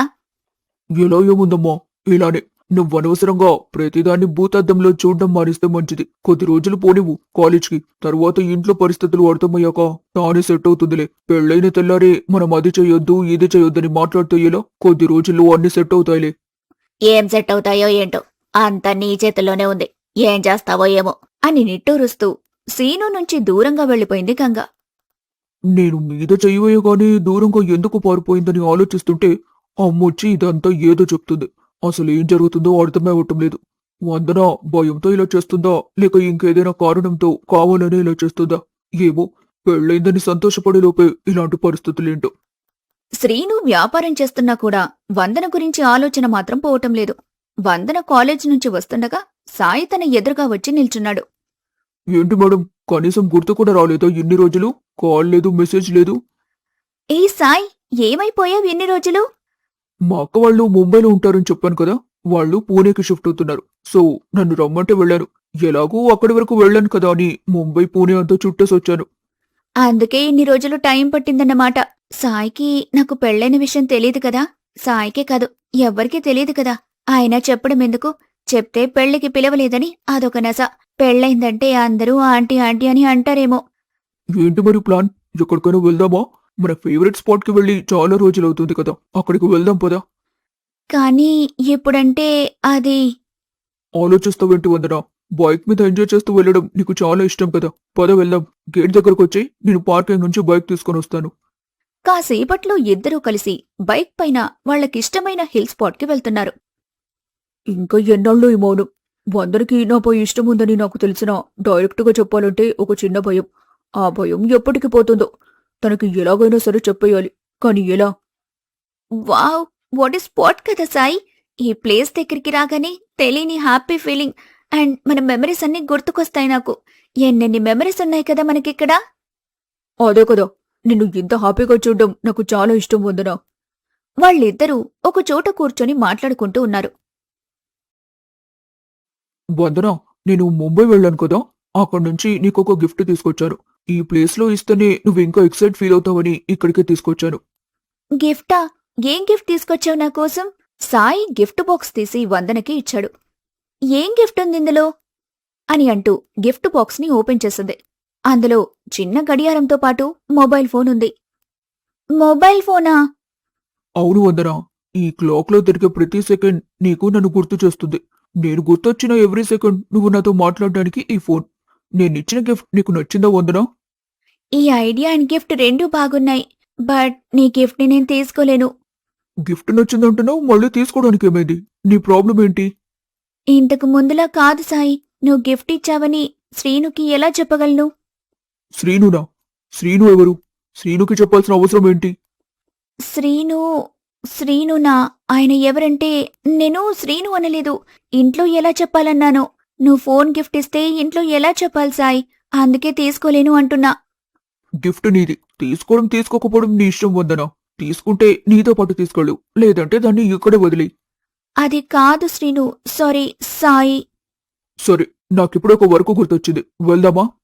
సాయి కోపంగా బండి దగ్గరికి వెళ్లేసరికి వందన సాయికి చెప్పలేక తనిచ్చిన గిఫ్ట్ని వదిలేలేక ఫోన్ని తీసుకుని వచ్చింది. సాయి, గిఫ్ట్ తీసుకున్నాను కదా, ఇంకా ఎందుకు కోపంగా ఉన్నావు? కూల్ అవ్వొచ్చు కదా. నా కోపం అది కాదు. నువ్వు నా దగ్గర ఏదో విషయం దాస్తున్నావనిపిస్తుంది. అది చెప్పడానికి నువ్వు రెడీగా లేనప్పుడు నేనెలా హ్యాపీగా ఉండగలను? నీ దగ్గర దాచడానికి ఏముంది సాయి? నువ్వు అనవసరంగా ఏదేదో ఊహించుకుంటున్నావు. తలనొప్పిగా అనిపిస్తుంది. ఏదైనా కాఫీ షాప్కి వెళ్దామా? ఇద్దరూ కాఫీ షాప్కి వెళ్లారు. నా పెళ్లైందని నీకు చెప్పాలని ఉన్నా నువ్వు దాన్ని ఎలా రిసీవ్ చేసుకుంటావో అని కొంచెం భయంగా ఉంది సాయి. ఒకవేళ నువ్వు నా పెళ్లిని యాక్సెప్ట్ చేయలేకపోతే మనిద్దరి మధ్యలో ఉన్న రిలేషన్ చెడిపోతుందేమో అని భయంగా ఉంది. అందుకే సాయి, ఈ విషయం నీ దగ్గర దాస్తున్నాను. నన్ను తప్పుగా అనుకోవు కదా? అనుకోవడానికి ఏం లేదు వందన. ఇందాకేదో కాస్త కోపంలో అలా మాట్లాడాను, కానీ నువ్వింకా దాని గురించి ఆలోచిస్తున్నట్టున్నావు. అంత ఆలోచించకు. నేను ఆ విషయాన్ని మర్చిపోయాను. నువ్వు కూడా మర్చిపో ప్లీజ్. ఇంకెప్పుడు నీ మీద కోపడను. సారీ, ఇప్పటికే చాలా లేట్ అయినట్టుంది. మరి వెళ్దామా? మీ ఇంటి దగ్గర నిన్ను డ్రాప్ చేసి వెళ్తాను, పదా. మా ఇంటి దగ్గర? అక్కడి వరకెందుకులే సాయి, అనవసరంగా నీకు శ్రమ. నేను వెళ్తాను. కాస్త బస్టాప్ దగ్గర దిగబెట్టు చాలు. అదేంటి కొత్తగా బస్ స్టాప్ దగ్గర దిగబెట్టమని అంటున్నావు? ఇంటి దగ్గర దింపేస్తాను కదా. వద్దని చెప్తున్నాను కదా సాయి, ప్లీజ్ అర్థం చేసుకో. బస్టాప్ దగ్గర దిగబెట్టు చాలు. సాయి మారు మాట్లాడకుండా వందనని బస్టాప్ దగ్గర దిగబెట్టాడు. కాని వందన చెప్పిన అబద్ధం సాయి మనసులో అనుమాన బీజం నాటింది. వందన బస్సు కదలగానే సాయి తన వెంటే వెళ్లి చూడాలనుకున్నాడు. వందన మాటల్లో ఏదో తేడా కనిపిస్తుంది. ఏమై ఉంటుంది? లాస్ట్ 15 days తను కాలేజ్కి రాలేదని తన ఫ్రెండ్స్ చెప్పారు. కానీ ఆ విషయం తను నాతో చెప్పనేలేదు. ఖచ్చితంగా ఈ 15 daysలో ఏదో జరిగే ఉంటుంది. అదేంటో తనెలాగో చెప్పదని అర్థమైపోయింది. నేనే ఎలాగైనా ఆ విషయం ఏంటో తెలుసుకొని తీరుతాను. ఇవాళే తనని ఫాలో అయితే తనకి నేను ఫాలో అవుతున్న విషయం అర్థమైపోతుంది. రేపటి నుంచి తనకి తెలియకుండా తనని ఫాలో అయితే అసలు విషయం బయటపడిపోతుంది అని అనుకుని అక్కడ్నుంచి బయలుదేరాడు సాయి. వందన వెళ్తున్న బస్లో నుంచి శ్రీను చికెన్ పకోడీ బండి కనిపిస్తుంది. అది ఒక వైన్ షాప్ పక్కనుండటంతో చాలామంది మగవాళ్లు అక్కడ గుమిగూడారు. కాసేపటికి వందన ఇంటికి చేరుకుంది. ఏంటమ్మా ఇంత ఆలస్యమైంది? అంటే అది అత్తయ్య, కాలేజ్లో. ఎంత లేటైనా కాలేజ్ చీకటి పడే వరకైతే ఉండదు కదా. ఎవరైనా ఫ్రెండ్ని కలవడం వల్ల లేటైందా? ఆ అవునత్తయ్యా. సరే సరే, అయితే అయిందిలే. ఇవాళ ఒక్కరోజే కదా, ఎలాగో రేపటినుంచి టైంకొచ్చేస్తావు. లేటుగా ఇంటికి రాకూడదని నీకు తెలీదా ఏంటి? అన్నీ తెలిసిన తర్వాత నేను చెప్పడం ఎందుకు? అలాగే అత్తయ్య, రేపటినుంచి లేటవ్వకుండా చూసుకుంటాను. అన్నట్టు నీకు చికెన్ పకోడీ అంటే ఇష్టమేనా అమ్మా? అంటే అది ఇష్టం లేకుండా ఎందుకుంటుందిలే. మీ ఆయన నువ్వు రాగానే నా మాట వినడం మానేశాడు. కొత్తగా పెళ్ళైంది, ఇప్పుడే వెళ్లి పని చేయటం ఎందుకు? ఒక 2 రోజులాగే వెళ్ళొచ్చని చెప్పాను. అయినా వాడెందుకింటాడు? నా మాట లెక్క చేయకుండా వెళ్ళిపోయాడు.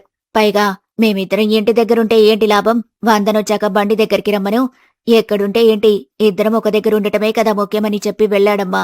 నువ్వెళ్తావు కదా? వందనకి నువ్వని చెప్పడానికి అవకాశం కూడా లేకపోయింది. వెళ్తానత్తయ్యా. మంచిదే. మన బిజినెస్ ఎలా నడుస్తుందో నీక్కూడా తెలియాలి కదా. ఇంతకీ మన చికెన్ పకోడీ బండి ఎక్కడో తెలుసు కదా. మన ఇంటి నుంచి మెయిన్ రోడ్ మీదకి వెళ్ళిన తర్వాత కొంచెం దూరం నడిస్తే కుడి చేతి వైపు ఉంటుంది.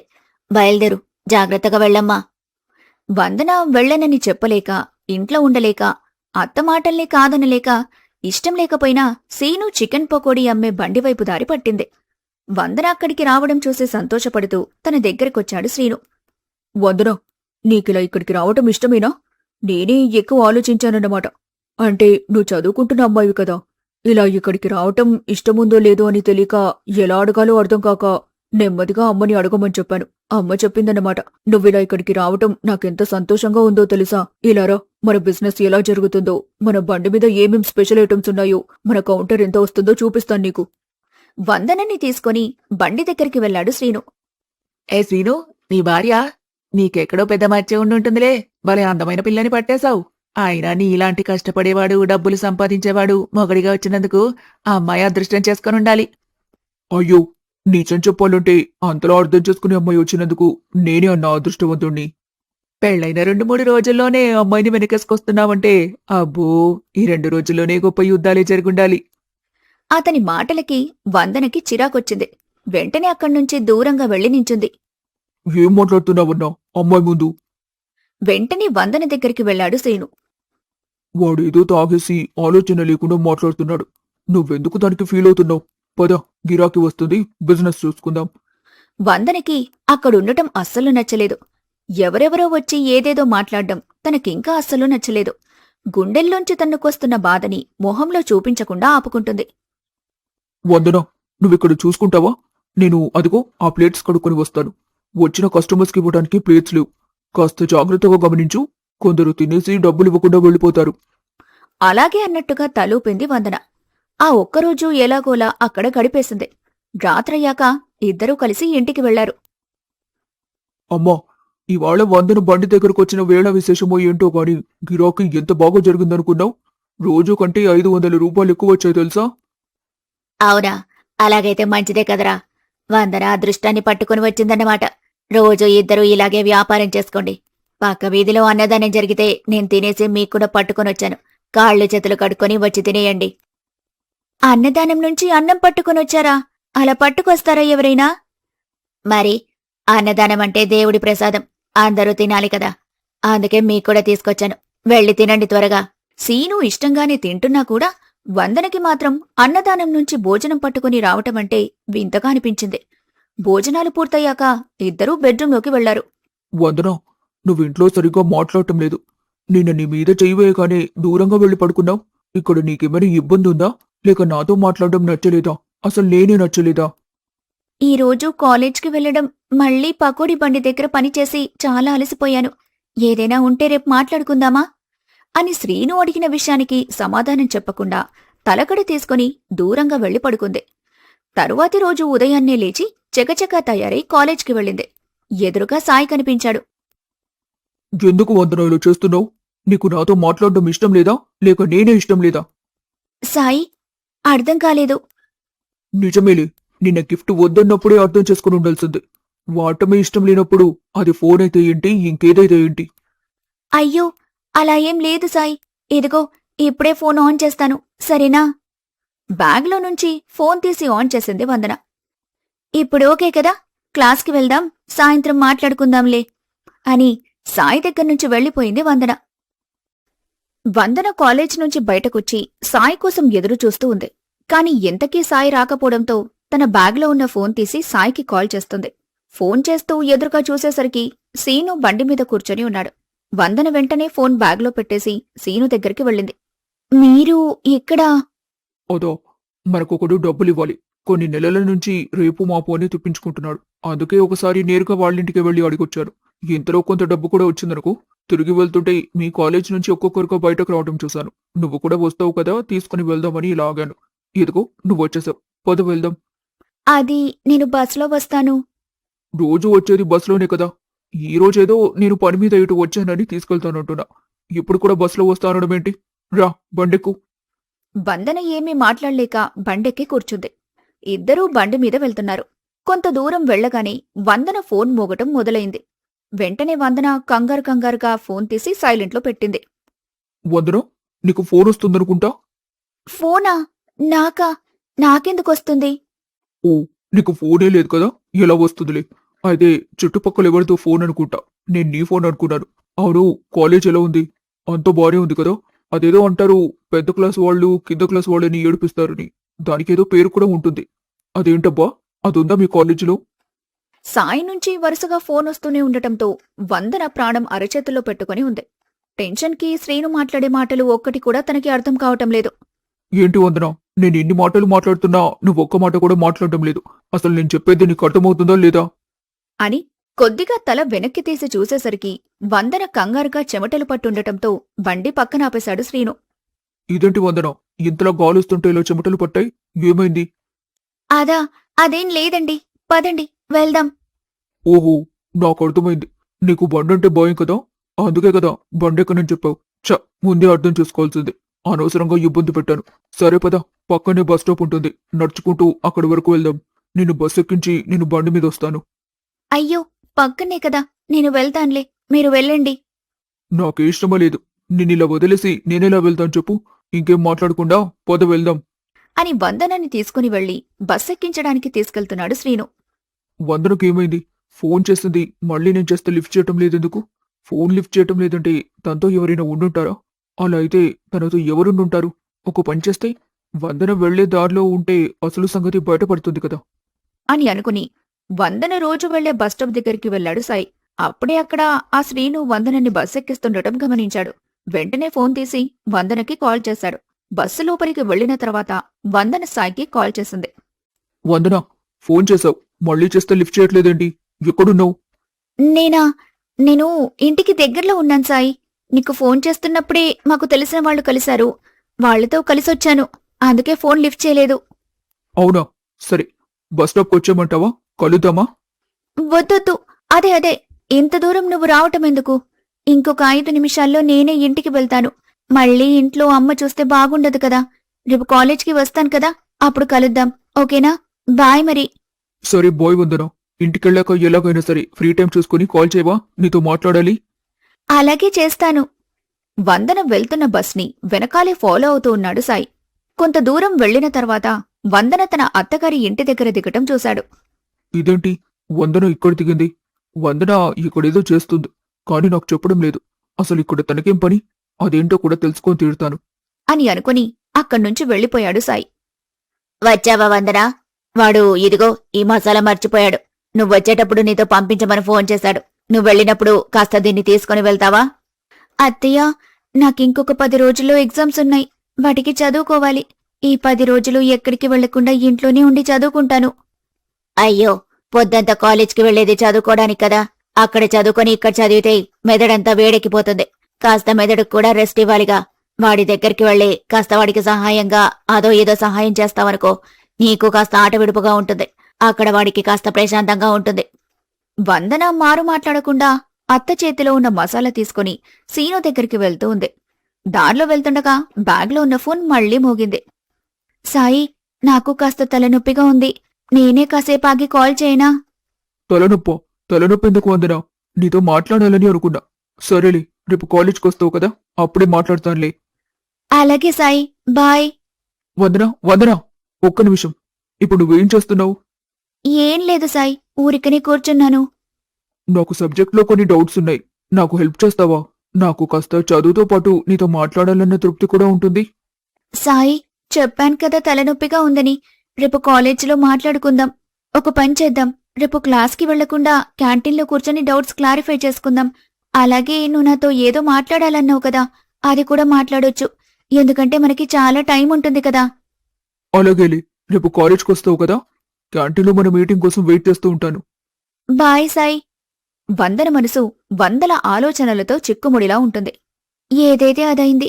రేపు సాయిని కలిసినప్పుడు అసలు విషయం చెప్పేస్తే కాస్త ప్రశాంతంగా ఉండొచ్చు. నాకు పెళ్లైన విషయం చెప్పకుండా దాచి సాయిని ఏదో మోసం చేస్తున్నట్టుగా అనిపిస్తుంది అని ఆలోచించుకుంటూ ఉంది. అంతలో తను దిగాల్సిన స్టాప్ రానే వచ్చింది. వందన బస్సు దిగి ఇంటికి వెళ్లగానే ఎదురుగా వాళ్ళమ్ముంది. వందన, ఎలా ఉన్నావే? వందన నోట మాట రాలేదు. తన్నుకొస్తున్న బాధని తల్లికి కనిపించకుండా ఉంచడానికి వెంటనే తల్లిని హత్తుకుంది. ఏదో పెళ్లి చేసి పంపించాలని అనుకున్నాం కాని నువ్వు లేకపోతే ఇల్లంతా బోసిపోయినట్టుంది. సరేలే, ఇక నువ్వు సంతోషంగా ఉంటే అంత బాగుంటుంది. మాకు కొద్ది రోజుల్లో అలవాటైపోతుందిలే. అమ్మా, నువ్వెప్పుడు నాతోనే ఉండొచ్చు కదా. వందన, మీ అమ్మని బయట నించోబెట్టే మాట్లాడతావా? ఇంట్లోకి తీసుకొస్తావా? పదమ్మా, ఇంట్లోకి వెళ్దాం. ఇదిగో వందన, పెళ్లైన తర్వాత దేవుడి మొక్కులుంటాయి కదా, వాటి గురించి వచ్చింది మీ అమ్మ. ఈ 2-3 రోజులు గుళ్ళకి తిరగాల్సి ఉంటుంది.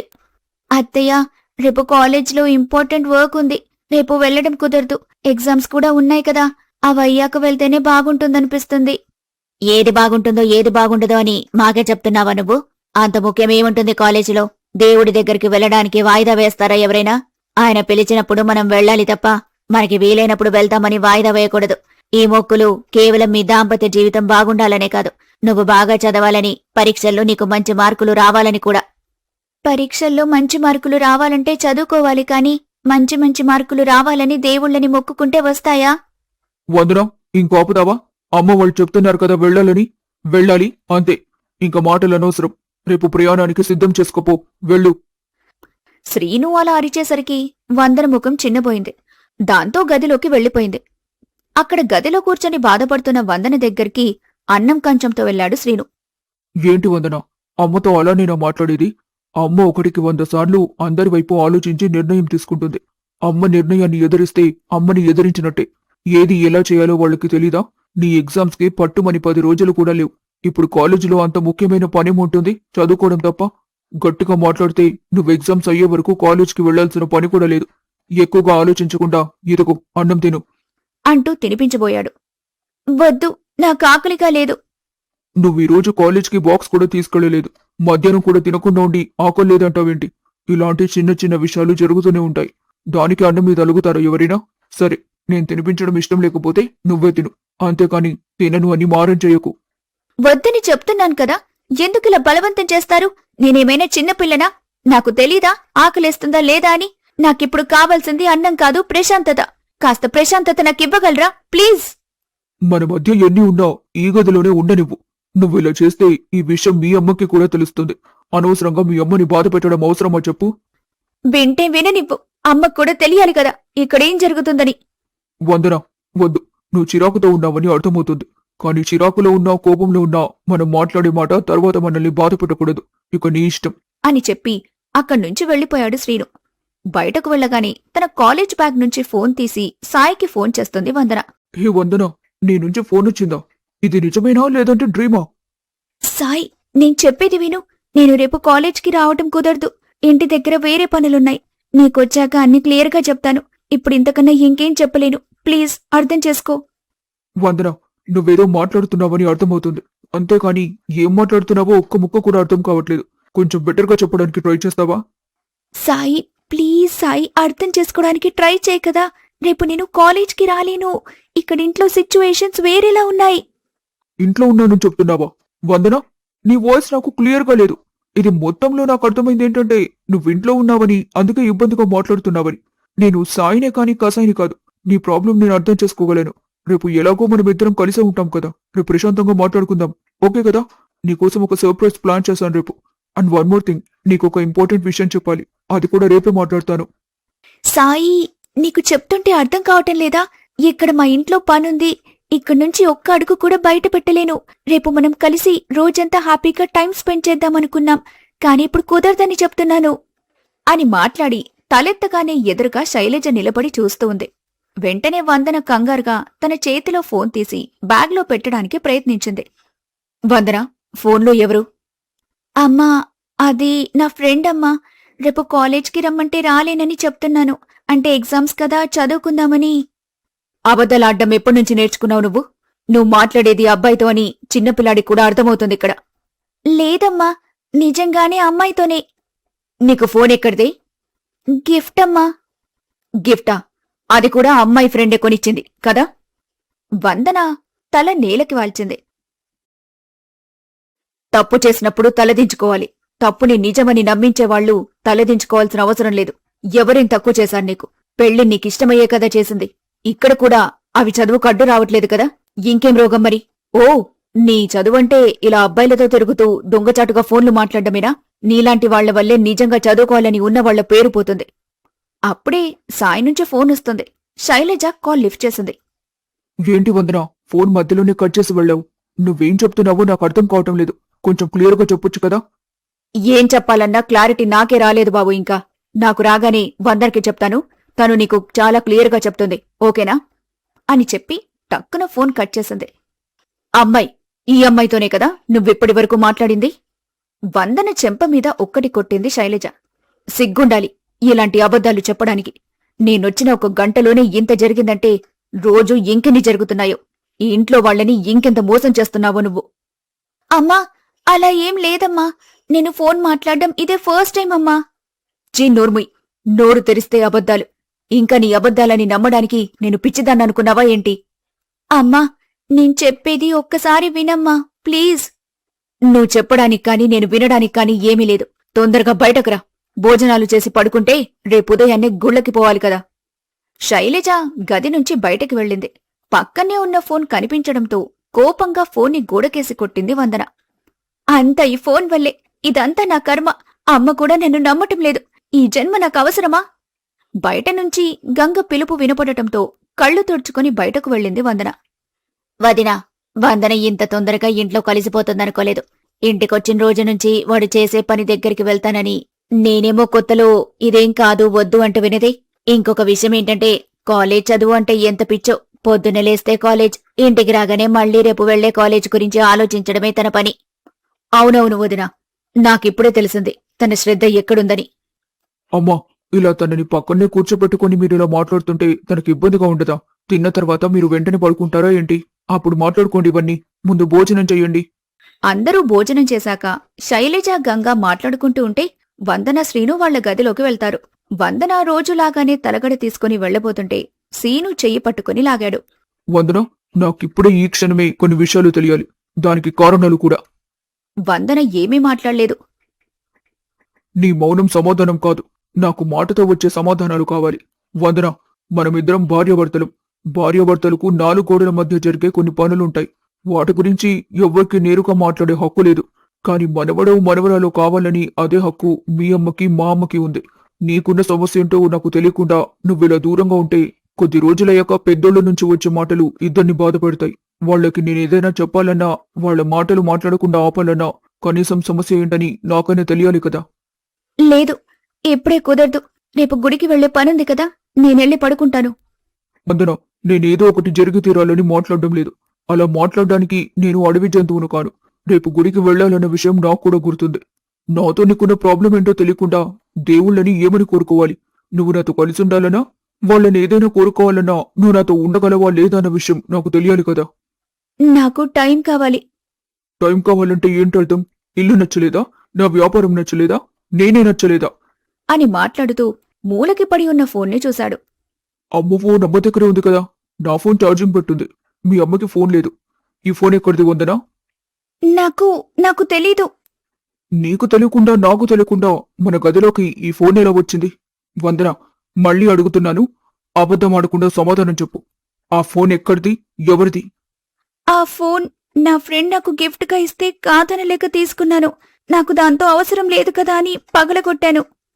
వందన, నువ్వేదో దాస్తున్నావు. ఆ దాచే విధానంలో ప్రతి మాట అబద్ధమే చెప్తున్నావు. నువ్వు దాచాలనుకున్న విషయం ఏంటో నాకు ఇప్పుడే తెలియాలి. రేపుదయం మాట్లాడుకుందామా ప్లీజ్? ఏంటి, అమ్మ వాళ్ళున్నారనా? వాళ్ల ముందే మాట్లాడతాం. శ్రీను వెళ్లి గంగా శైలజను తీసుకుని వచ్చాడు. బాబు, ఏమైంది? నువ్వు కోపంగా ఉన్నావు. అమ్మాయి ఏమైనా మాట జారిందా? మీ అమ్మాయి మాట జారాలంటే మాట్లాడాలి కదా. చేసేవన్నీ చేస్తూనే మౌనంగా ఉంటే ఏమిటర్థం?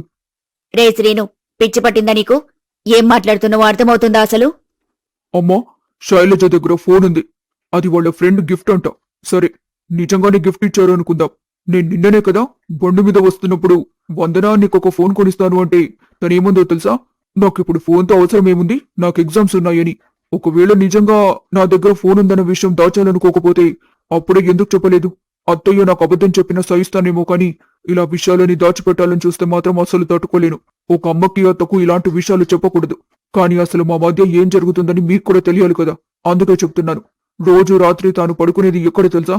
అదిగో అక్కడ ఇది మా మధ్య ఉన్న భార్యాభర్తల సంబంధం. తన మనసులో నేను భర్తగా లేనప్పుడు ఏ గుళ్ళకి గోపురాలకు తిరగాల్సిన అవసరం ఏంటత్తయ్యా? రేపెక్కడికి వెళ్లేది లేదు. తనకి మాట ఇచ్చాను కదా, ఎగ్జామ్స్ రాయిస్తానని. ఎగ్జామ్స్ అయిపోయే వరకు ఇక్కడే ఉంటుంది. ఆలోపు తనలో ఏదైనా మార్పు వస్తే అయినా తన ఇష్టం. తానేమైనా చిన్నపిల్లనా తెలియకుండా చేస్తుంది అనుకోవడానికి? అన్నీ తెలిసి చేస్తున్నప్పుడు మనం చెప్తే మారటానికి ఏముంటుంది? మీరు వెళ్ళి పడుకోండి ఇంకా. బాబు, నేను వందనతో మాట్లాడాలి. ఏం మాట్లాడతారత్తయ్యా? సరే, మీ తృప్తి కొద్దీ మాట్లాడుకోండి. నేను వెళ్ళి పడుకుంటాను. పదమ్మా, మనం ఆ గదిలోకి వెళ్దాం. వాళ్ళని ఇక్కడే ఉండనివ్వు. వందన, ఏం జరుగుతుంది? నువ్వు ఏ తప్పు చేయకపోతే అన్ని ప్రశ్నలు అడుగుతుంటే నీ దగ్గర ఏ సమాధానం లేదెందుకు? అయినా వాళ్ల దగ్గర నువ్వు ఏ విషయానైనా దాచాల్సిన అవసరం ఏముంటుంది? అమ్మా, అయినా వాళ్ల దగ్గర కొన్ని విషయాలు జాగ్రత్తగా ఉండాలమ్మా. బయటోడు మనతో ఉన్నా వదిలేసినా మనకే తేడా ఉండదు. కాని అయినా వాళ్ల దగ్గర ఏ సమస్య రాకూడదనుకుని చేసే ప్రయత్నమే సమస్య అయితే ఏం చేయగలం? అమ్మా, నేను అత్తారింట్లో ఏ సమస్య రాకుండా ఉండటం కోసం నువ్వు దాచిన విషయాలు లేవా? నేను దాచానా? నేనేం దాచాను? నాన్న మొన్న కలిశాడమ్మా. మీరు విడాకులు తీసుకోవడం, తమ్ముడు మళ్ళీ పోలీస్ స్టేషన్ పాలవ్వటం అన్నీ చెప్పాడు. కొన్ని విషయాలు భయంతోనో అవసరం లేదనో గుర్తులేకో చెప్పడానికి సరైన టైం రాకో అవతలి వాళ్లకి చెప్పకుండా ఉంటామమ్మా. దాన్నే విషయాన్ని దాచడమంటే ఎలా? నేను చేసిన తప్పేంటమ్మా? ఫోన్ వాడ్డమా? ఫోన్ వాడటమే తప్పైతే వాళ్ళిద్దరి దగ్గర ఫోన్ ఉంది కదా. లేదు వాళ్లకి తెలియకుండా ఫోన్ మాట్లాడడం తప్పైతే ఫోన్ పగలగొట్టాను కదా. ఇవన్నీ కాదమ్మా. అసలు నేను మౌనంగా ఉన్నానంటే భయపడుతున్నానా, మాట్లాడలేకపోతున్నానా అని చూడలేరా? మౌనంగా ఉంటే తప్పు చేసినట్టేనా? దీనికి శైలజ దగ్గర సమాధానం లేదు. వాళ్ల విడాకుల గురించి వందనకి తెలియటం తనకి నచ్చలేదు. ఇప్పటికి పడుకో, రేపుదయాన్నే అన్ని సమస్యలకి పరిష్కారం దొరుకుతుంది. పడుకో. ఇద్దరూ పడుకున్నారు. కాని వాళ్ల మనసులో వందల ఆలోచనలు మెలిపెట్టి నిద్రని తరిమేస్తున్నాయి. ఆ రాత్రంతా అందరూ మౌనంగా గడిపేశారు. తర్వాతి రోజు ఉదయాన్నే శ్రీను శైలజ దగ్గరకొచ్చాడు. అత్తయ్య, నేను మీతో మాట్లాడాలనుకుంటున్నాను. చెప్పు బాబు, ఏం మాట్లాడాలనుకుంటున్నావు? నిన్న జరిగిన విషయం గురించేనా? అవునత్తయ్య, నిన్న జరిగిన విషయం మీద మీ అభిప్రాయం ఏంటో చెప్తారా? అంటే బాబూ, అది అది నిన్నటి విషయంలో తప్పు నాదని అనిపిస్తే నాదని చెప్పండి. లేదు మీ అమ్మాయితో అనిపిస్తే మీ అమ్మాయితో చెప్పండి. కానీ నిజం మాత్రమే చెప్పండి. అంటే అది బాబూ, తనకి ఆ ఫోన్ గిఫ్ట్ ఇచ్చారని చెప్పింది కదా. నీకు తను ఫోన్ వాడటం ఇష్టం లేదంటే ఇష్టం లేదని చెప్పు. అయినా తన దగ్గరున్న ఫోన్ కూడా పగలకొట్టేసింది కదా. ఇంకా ఎందుకు బాబు కోపం? నా కోపం తను ఫోన్ వాడిందనో లేక ఎవరో గిఫ్ట్ ఇచ్చారనో కాదత్తయ్య. నేను ఇన్నిసార్లు ఎన్నో రకాలుగా మాట్లాడాలని చూస్తున్నా కానీ తానెప్పుడు నాతో చొరవ తీసుకుని మాట్లాడింది లేదు. అలాగే నేను తనకి ఫోన్ కొనిస్తానన్నప్పుడు కూడా తన నోటి నుంచి ఫోన్ ఉందన్న మాట రాలేదు. సరే, ఇవన్నీ కూడా నేను ఎక్కువ ఆలోచిస్తున్నాను అనుకుందాం. ఎవరైనా ఏ వస్తువైనా ఎందుకు పగలగొడతారు? కోపం వస్తాను లేక వస్తువు మీద చిరాకేస్తాను, అంతే కదా. ఇప్పుడు ఫోన్ పగలగొట్టేంత కోపం లేదా చిరాకు వందనకి ఎవరి మీద వచ్చిందో నాకు తెలియాలి. దానికి సరైన సమాధానం తన దగ్గర లేకపోతే తరువాతి పరిణామాలపై బాధ్యుని నేను కాను. తప్పుగా ఏమైనా మాట్లాడారా అత్తయ్యా? అంటే బాబు, మీకెలా చెప్పాలో నాకు అర్థం కావటం లేదు. అంత కష్టపడి ఆలోచించాల్సిన అవసరం ఏం లేదు. మీకు నేను మాట్లాడింది కరెక్ట్ అనిపిస్తే వెళ్ళి మీ అమ్మాయిని తీసుకొచ్చి నా ముందు నించోబెట్టి ఇదే ప్రశ్న అడగండి. నా మాటల్లో తప్పుందనిపిస్తే మీకు ఏదనిపిస్తా చేయండి. ఏదైనా నిమిషంలో చేయండి. శ్రీను పక్కనే ఉన్న కుర్చీలో కూర్చున్నాడు. శైలజ గదిలోకి వెళ్లి వందనని బయటకు తీసుకుని వచ్చింది. ఎదురుగా గంగ కూడా ఉంది. ఈవిడేంటి సరైన టైంకిలా వచ్చింది? ఇప్పుడేం చెప్పినా ఎలా చెప్పినా నా మాటలు కాని వందన మాటలు కాని గెలిచే అవకాశమే లేదన్నమాట. ఇప్పుడేం చెయ్యాలి? అరే శ్రీను, ఎందుకురా ఈ విషయాన్ని ఇంత పెద్ద చేస్తావు? నువ్వు వందన కూర్చొని మాట్లాడుకునే విషయం ఇదే. దీంట్లోకి ఎవరిని తీసుకురావాల్సిన అవసరం లేదు, నన్నైనా కూడా. అంటే తనేం చేసినా నేను పక్కన కూర్చోపెట్టి నాన్న బుజ్జు బొంగరం అని బతిమాలుతూ మాట్లాడాలా? ఆయన అలా మాట్లాడాల్సినవి అలానే మాట్లాడాను. కానీ తన చేతికి ఫోన్ వచ్చిన విషయం నాకు ఇప్పుడే తెలిసి తీరాలి. చెప్తుంటే వాగుతూ ఉంటానంటే అది నీ కర్మ. దీంట్లో మమ్మల్ని లాగదు. వదిరా, అది వాళ్ల సమస్య, వాళ్లే చూసుకుంటారు. మనమెందుకు మధ్యలో? పద, మనం మన పని చూసుకుందాం అని ఇద్దరూ పక్కకెళ్ళిపోతారు. వందన, ఇప్పటికైనా మాట్లాడు. నీ మౌనం నా కోపాన్ని పెంచుతుందని నీకు అర్థమవుతుందా లేదా? నాకొక విషయం చెప్పండి. నా మౌనంతోనే మీ సమస్యనా? సరే, నేను మీకు నచ్చినట్టు లేనని కదా ఈ కోపం. నేను నిజం చెప్తే మీ కోపం పోతుందా? నాకు ఫోన్ గిఫ్ట్ వచ్చింది నిజం. అదిచ్చింది అమ్మాయి కాదు, అబ్బాయి. నా కాలేజ్లో ఫ్రెండ్ అతను. అతనిపైనే కోపం వచ్చి ఫోన్ పగలగొట్టాను. నువ్వేది చెప్తే అది నిజమని నమ్మటానికి నేనేమైనా పిచ్చోడ్ననుకున్నావా? ఇది నిజం. నమ్మడం నమ్మకపోవడం మీ ఇష్టం. మీకు నా మీద కోపం వచ్చింది. దానికి మీ దగ్గర కారణం కూడా ఉంది. మీ కోపం ఎలా తగ్గుతుందో అది కూడా చెప్పండి. నా కోపం తగ్గడం కాదు. నువ్వు రేపటి నుంచి ఏం చేయాలో చెప్తాను విను. నీకు కాలేజ్లో ఫోన్ కొనిచ్చేంత ఫ్రెండ్ ఉన్నాడంటే వాడు నీతో ఎంతవరకు వచ్చాడో అర్థమవుతుంది. నువ్వు వాడిచ్చిన ఫోన్ దాచిపెట్టి ఎవ్వరికీ తెలియకుండా మాట్లాడుతున్నావంటే మీ ఇద్దరి విషయం ఎంతవరకు వెళ్ళిందని ఎవరైనా ఊహించగలరు. అందుకే నువ్వు రేపటి నుంచి కాలేజ్కి వెళ్లాల్సిన అవసరం లేదు. ఆయన నీకు ముందే చెప్పాను, ఇల్లు దాటి వెళ్లే ఏ విషయమైనా నీ చదువుకు ముడిపడి ఉంటే ఆ చదువు అవసరం లేదని. అందుకే నువ్వు ఈ రోజు నుంచి చదువు మానేసి ఇంటి దగ్గరే ఉంటున్నావు. నా బిజినెస్ లో నాకు సహాయం చేస్తూ ఇంటి పనులు చూసుకుంటావు అంతే. లేదంటే ఏంటి? నువ్వు చెప్పినట్టు కాలేజ్కి వెళ్లకుండా ఉండటమంటే నేను చెయ్యను. నేను కాలేజ్కి వెళ్లి తీరుతాను. అది నీ ఇంట్లో ఉంటూ నీకు పంపించడం ఇష్టం లేదంటే చెప్పు. నేను నా చదువు కోసం ఇంట్లో నుంచి వెళ్లిపోవడానికి కూడా వెనకాడను. నీకు గుర్తుంటే నేను నిన్ను పెళ్లి చేసుకోవాలని అనుకున్నది కూడా పెళ్లి పేరుతో ఎక్కడైనా చదువుకోవచ్చనే తప్ప నీతో సంసారం చేయడానికి కాదు. అలాంటిది ఇప్పుడు నువ్వు చదువుని కాదంటే నేనెలా ఉంటానిక్కడ? ఓహో, ఇదన్నమాట సంగతి. మనసులో వాడెవడో ఉన్నాడు కాబట్టి నీ ఒంటి మీద నన్ను చెయ్యి వేయనివ్వలేదు. వాడితో చెట్టాపట్టలు వేసుకో తిరగటానికి కాలేజ్ పేరు చెప్పి వెళ్తున్నావన్నమాట. నేను ఏ తప్పు చేయలేదని నాకు తెలుసు. దానికి నీకు సమాధానం చెప్పాల్సిన అవసరం లేదు. ఒక అమ్మాయి అబ్బాయి స్నేహాన్ని కామంగా చూసే నీలాంటి వాడికి చెప్పాల్సిన అవసరం అంతకన్నా లేదు. ఇలాంటి వాణ్ణి మొగుడిగా చెప్పుకుంటూ ఈ ఇంట్లో ఉండటం కంటే మొగుడు వదిలిపెట్టిన ఆడదిగా బతకడమే నయం. పేరు పోయినా కనీసం ప్రశాంతతైనా దొరుకుతుంది. వందన అరుపులు వినిపించడంతో శైలజ పరిగెత్తుకుంటూ వచ్చింది అక్కడికి. వందన, ఏం మాట్లాడుతున్నావు? మతోన్నే మాట్లాడుతున్నావా నువ్వు? నువ్వు తప్పుగా అనుకోకు బాబు. అదేదో పిచ్చిది, తెలిసి తెలియక మాట్లాడుతుంది. అమ్మా, కాస్తాపుతావని బతిమాలటం. ఇంకేం మాట్లాడకుండా అల్లుడికి క్షమాపణలు చెప్పి అల్లుడు చెప్పినట్టుగా ఉండు, అర్థమైందా? లేదు, ఎప్పటికీ కాదు. నేను చేసిన తప్పేంటో నిరూపించండి, లేదా నేను క్షమాపణలు చెప్తాను.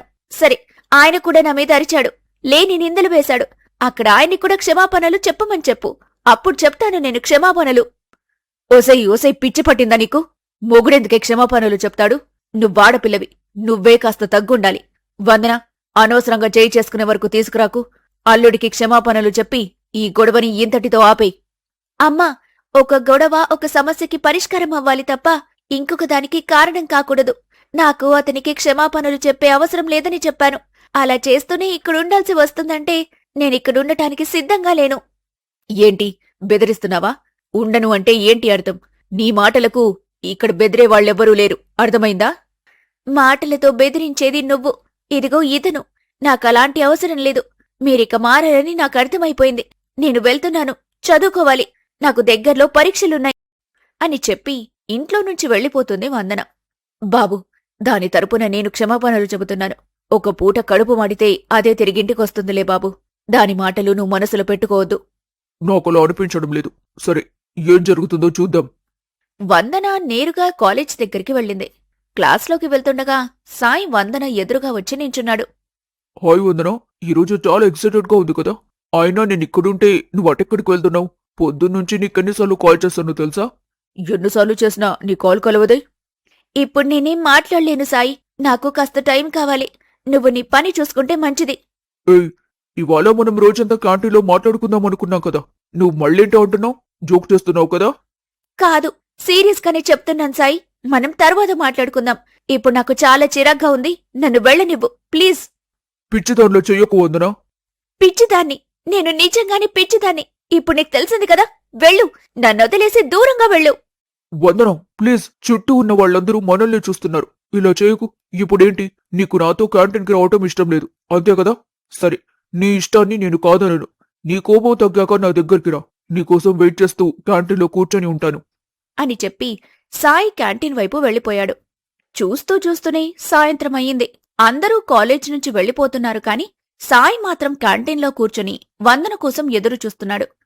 బాబు, కాలేజ్ టైం అయిపోయింది కదా, క్యాంటీన్ మూసేస్తున్నాను. నువ్వు కాస్త బయటకు వెళ్తే బాగుంటుంది అని క్యాంటీన్ అతను కూడా చెప్పాడు. అలాగే వెళ్తున్నాను అని బయటకొచ్చాడు సాయి. చుట్టూ చూస్తూ ఆలోచిస్తున్నాడు. ఇంపార్టెంట్ విషయం మాట్లాడాలి అని చెప్పింది. నిన్న ఏదేదో చెప్పి ఈ రోజు ఉదయమేమో వింతగా మాట్లాడింది. ఇప్పటి వరకు మళ్లీ నన్ను కలవటానికి ప్రయత్నించలేదు. కుంపదీసి వందన నిన్ను ప్రపోజ్ చేయబోతున్నానని గెస్ట్ చేసేలా చేస్తుందా? కావాలని నన్ను దూరం పెడితే నేను దగ్గర అవ్వాలని ప్రయత్నించడం మూర్ఖతవు కదా. తనిష్టం. తను ఎప్పుడైతే వచ్చి మాట్లాడుతుందో అప్పటి వరకు నేను మాట్లాడితానని ఇబ్బంది పెట్టను అని అనుకుని అక్కడ్నుంచి వెళ్ళిపోయాడు సాయి. పార్కింగ్లో ఉన్న తన బండిని తీసుకోవడానికి వెళ్లేసరికి పక్కన్నే పడిపోయున్న అమ్మాయి కనిపించింది. వెంటనే వెళ్లి చూశాడు. హే వందనా, వందనా, ఇదేంటి ఇక్కడిలా పడిపోయింది? ఎంతగా లేపడానికి ప్రయత్నించినా లేవలేదు. నీళ్లు మోసుకొచ్చే చలినా లాభం లేకపోయింది. తనని తీసుకుని హాస్పిటల్కి వెళ్లాడు సాయి.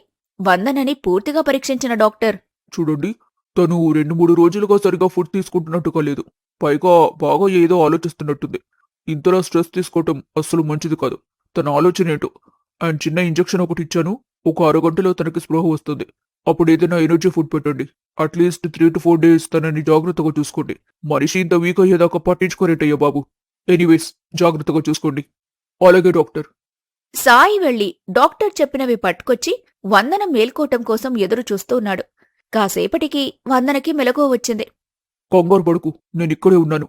ఇంతకీ నేనెక్కడున్నాను? కళ్ళు తిరిగి పడిపోతే నేనే హాస్పిటల్కి తీసుకొచ్చాను. ఇదిగో, ముందు ఈ కొబ్బరి నీళ్లు తాగు. దగ్గరుండి కొబ్బరి నీళ్లు తాగించాడు సాయి. సాయి వందనని నెమ్మదిపరచడానికి నిదానంగా చాలాసేపు మాట్లాడుతూ ఉన్నాడు. సాయి, నాకొక హెల్ప్ చేయగలవా? చెప్పు వందనా, నీకోసం ఏదైనా చేయగలను. నాకు అర్జెంటుగా జాబ్ కావాలి, ఇప్పించగలవా? ఇంత అర్జెంటుగానా? అంత అర్జెంట్ ఏముంది? నువ్వు ముందు రెస్ట్ తీసుకో. ఇంకాసేపు ఉండి ఇంటికి తీసుకెళ్తాను. ఏదైనా ఉంటే రేపు ఎల్లుండి అలా మాట్లాడుకుందాం. అంత టైం నాకు లేదు సాయి. నాకు ఒక జాబ్ చూడవా ప్లీజ్? సరే సరే, చూస్తాను, కానీ ముందైతే ఇంటికి వెళ్ళాలి కదా. లేదు, నేను ఇంటికి కూడా వెళ్ళాలనుకోవటం లేదు. అక్కడ నాకేం పని లేదు. అన్నట్టు సాయి, నేను నీకొక విషయం చెప్పాలనుకున్నాను. కాని పిచ్చి పిచ్చి ఆలోచనలు మనసులో గందరగోళంగా ఉన్నాయి. అందుకే ఎలా చెప్పాలో తెలియటం లేదు. సరే సరే, నువ్వు కంగారు పడకు. నువ్వు ఆలోచించటం మానే ముందు. ఇప్పుడేంటి, నీకు జాబ్ కావాలి అంతే కదా? సరే, నేను చూసి పెడతానులే. అలాగే ఉండటానికి ఒక హాస్టల్ కూడా కావాలి. సరే, అది కూడా అరేంజ్ చేద్దాం. ముందు మా ఇంటికి వెళ్దామా? 1-2 రోజులు నువ్వు అక్కడుంటే ఫ్రీ అవుతావేమో. వద్దు సాయి, నేను హాస్టల్కే వెళ్ళిపోతాను. నువ్వు కాస్త జాబ్ సంగతి చూస్తావా ప్లీజ్? సరే, నేను హాస్టల్లో చూసొస్తాను. నువ్వు ఇక్కడే ఉండు, అర్థమైందా? అలాగే. సాయి వందనని అక్కడే ఉంచి హాస్టల్స్ వెతకటం కోసం వెళ్లాడు. కాని సాయి మెదడుని కొన్ని ప్రశ్నలు తొలిచేస్తున్నాయి. ఇప్పుడున్న పరిస్థితుల్లో వందనని అడగలేకపోతున్నాడు. ఎటూ అర్థం కాక తన ఫ్రెండ్ ఒక అమ్మాయికి ఫోన్ చేశాడు. లిఖితో, నేను ఒక విషయం చెప్తాను, నాకు గైడెన్స్ ఇస్తావా? ట్రై చేస్తాను. ఏంటో చెప్పు ముందు. నీకు వందన గురించి చాలాసార్లు చెప్పాను కదా. అవును చెప్పావు. అయితే ఏమైందిప్పుడు? ఏమవ్వలేదు, కానీ నేను కాస్త కన్ఫ్యూజన్లో ఉన్నా తన విషయంలో. సరే, క్లియర్గా ఫస్ట్ నుంచి ఏమైందో చెప్పు. నేను నీకు క్లారిటీ ఇవ్వటానికి ట్రై చేస్తాను.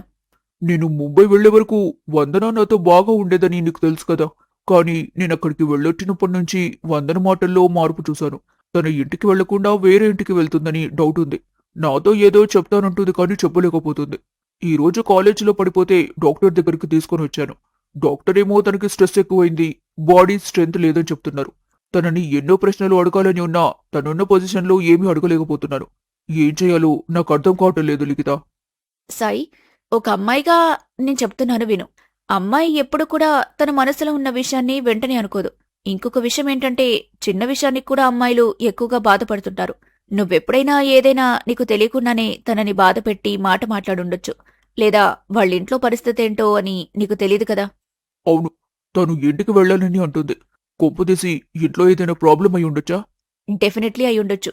ఇప్పుడు నువ్వు చేయాల్సిందల్లా ఒక్కటే, తనని ప్రశాంతంగా ఉంచడం. తానెలా చెప్తే అలా చేస్తూ వెళ్ళడం. అర్థమైందా? తనకు ఒక జాబ్ కావాలంటుంది. అదే ఎలా అని ఆలోచిస్తున్నాను. అవునా? ఒక పనిచేయి, మా ఆఫీస్లో తనని జాయిన్ చెయ్యి. నేనెవరో తనకి తెలియదు కదా. ఆఫీస్లో కొలిగిలాగా పరిచయం చెయ్యి. ప్రాబ్లం ఏంటో తెలుసుకోవడానికి ట్రై చేస్తాను. Good idea. సరే, రేపే మీ ఆఫీస్కి తనని తీసుకొని వస్తాను. ఎలాగైనా సరే తనకు అక్కడ జాబ్ వచ్చేలా చేయవా ప్లీజ్? సరే సరే, నేను చూసుకుంటానులే. నువ్వైతే రేపు వందనని తీసుకొనొచ్చేయి. సాయి కష్టపడి ఎలాగోలా ఒక హాస్టల్ వెతికి పట్టుకున్నాడు. తరువాతి రోజు వందనని తీసుకుని లిఖిత ఆఫీస్కి వెళ్లాడు. హాయ్, నా పేరు లిఖిత. సాయి మీ గురించి చెప్పాడు. నేను మా మేనేజర్తో మాట్లాడాను. ఒకసారి మీరు కూడా వెళ్ళి మాట్లాడితే పనైపోతుంది. అలాగే, వెళ్తాను అంటూ లోపలికి వెళ్ళిపోయింది వందన. సాయ్, నువ్వు చెప్పిందంతా విన్నాక రాత్రంతా దీని గురించి ఆలోచించాను. అంటే ఇంకేమైనా పాసిబిలిటీస్ ఉన్నాయా అని నాకు అనిపించింది. అదేంటంటే, వందన నీ లవ్ ప్రపోజల్ని యాక్సెప్ట్ చేయకపోవచ్చు. నేననుకోవడం ప్రకారం తనకి వేరే పెళ్లి సెట్ అయి ఉండడమో లేక పెళ్లైపోయో కూడా ఉండొచ్చు. అలా ఎలా అంటావు లిఖిత? తనకి పెళ్లి సెట్ అయితే నాకు చెప్పకుండా ఉంటుందా? సరే, తనని బయటికి రానివ్వు, మాట్లాడదాం. ఇద్దరూ మౌనంగా కూర్చున్నారు. చాలాసేపటి తర్వాత వందన బయటకొచ్చింది. ఏమైంది? అంతా ఓకేనా? ఎప్పటినుంచి రమ్మని చెప్పారు? తన వైపు నుంచి ఓకే అన్నారు. హెచ్ఆర్తో మాట్లాడితే ఫైనల్ అవుతుందని చెప్పారు. లిఖిత గారు, హెచ్ఆర్ ఎక్కడుంటారో కాస్త చెబుతారా? ఈ ఆఫీస్ వరకు హెచ్ఆర్ నేనే అండి. అయ్యో, సారీ, నేనలా అనుకోలేదు. పర్లేదు, కూర్చోండి, మాట్లాడదాం. వందన లిఖిత పక్కన కూర్చుంది. మేనేజర్ దగ్గర మీరు ఓకే అనిపించుకున్నారంటే మీ దగ్గర మ్యాటర్ ఉందని అర్థమైంది. ఓకే, మీరు శాలరీ ఎంత ఎక్స్పెక్ట్ చేస్తున్నారు? అలా ఏం లేదండి, వర్క్ ఏంటో కూడా నాకు తెలీదు.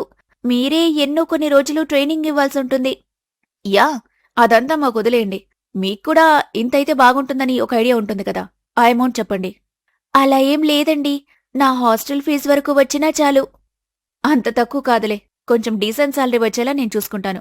అలాగే మా సెక్యూరిటీ రీజన్స్ కోసం నేను కొన్ని ప్రశ్నలు అడుగుతాను, సమాధానం చెప్తారా? తప్పకుండా అండి. సరే, మీ కాలేజ్లో కానీ మీ ఇంటి దగ్గర కానీ మీ మీద ఎలాంటి నెగటివ్ ఫీడ్బ్యాక్ లేదు కదా? అలా ఏం లేదండి. ఓకే, మీ పేరెంట్స్ ఏం చేస్తుంటారు? వాళ్ళకి మీరు జాబ్ చేయాలనుకుంటున్నారని తెలుసా? అమ్మా నాన్న ఊర్లోనే ఉంటారు. వాళ్ళకి నేను జాబ్ చేయాలనుకుంటున్నానని తెలుసండి. మీకు పెళ్ళైందా? ఒకవేళ అయితే మీ హస్బెండ్కి మీరిక్కడ జాబ్ ఇంట్రెస్ట్ ఉందో లేదో అనే ఒపీనియన్ లెటర్ ఇస్తే బెటర్. ఇదంతా మా ఆఫీస్ సెక్యూరిటీ రీజన్స్ కోసమే. చెప్పండి, ఇంతకు మీకు పెళ్ళైందా? వందన తల తిప్పి సాయి వైపు చూసింది. పెళ్ళైంది కానీ నాకు పెళ్ళైంది కానీ నా హస్బెండ్తో డిస్టర్బెన్సెస్ వచ్చాయి. సో వాళ్ళకి దూరంగా ఉంటూ నిలబడ్డం కోసమే ఈ జాబ్. ఓకే ఓకే, నేను అర్థం చేసుకోగలను. నేను ఎలాగోలా మేనేజ్ చేస్తాను. మీరెవ్వరికీ కూడా మ్యారేజ్ అయినట్టు చెప్పకండి ఆఫీస్లో. అలాగే అండి, చాలా థ్యాంక్స్. మీరెప్పుడొచ్చి జాయిన్ అవ్వాలని నేనొక 1 or 2 డేస్లో చెప్తాను. మీరు ప్రశాంతంగా ఉండండి.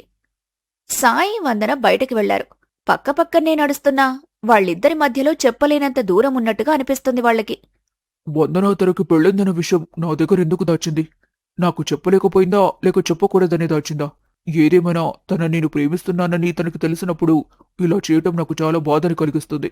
అవును, పెళ్ళై సరిగ్గా 1 నెల రోజులు కూడా అయి ఉండదు. ఇంతలోనే భర్త నుంచి దూరంగా ఉండాలనుకోవడం ఏంటి? ఈ పెళ్లి తనకి ఇష్టం లేకుండా చేశారా లేదా బలవంతంగా చేసుంటారా? సారీ సాయి, నాకు పెళ్ళైన విషయం నీకు చెప్పొద్దని నా ఉద్దేశం కాదు.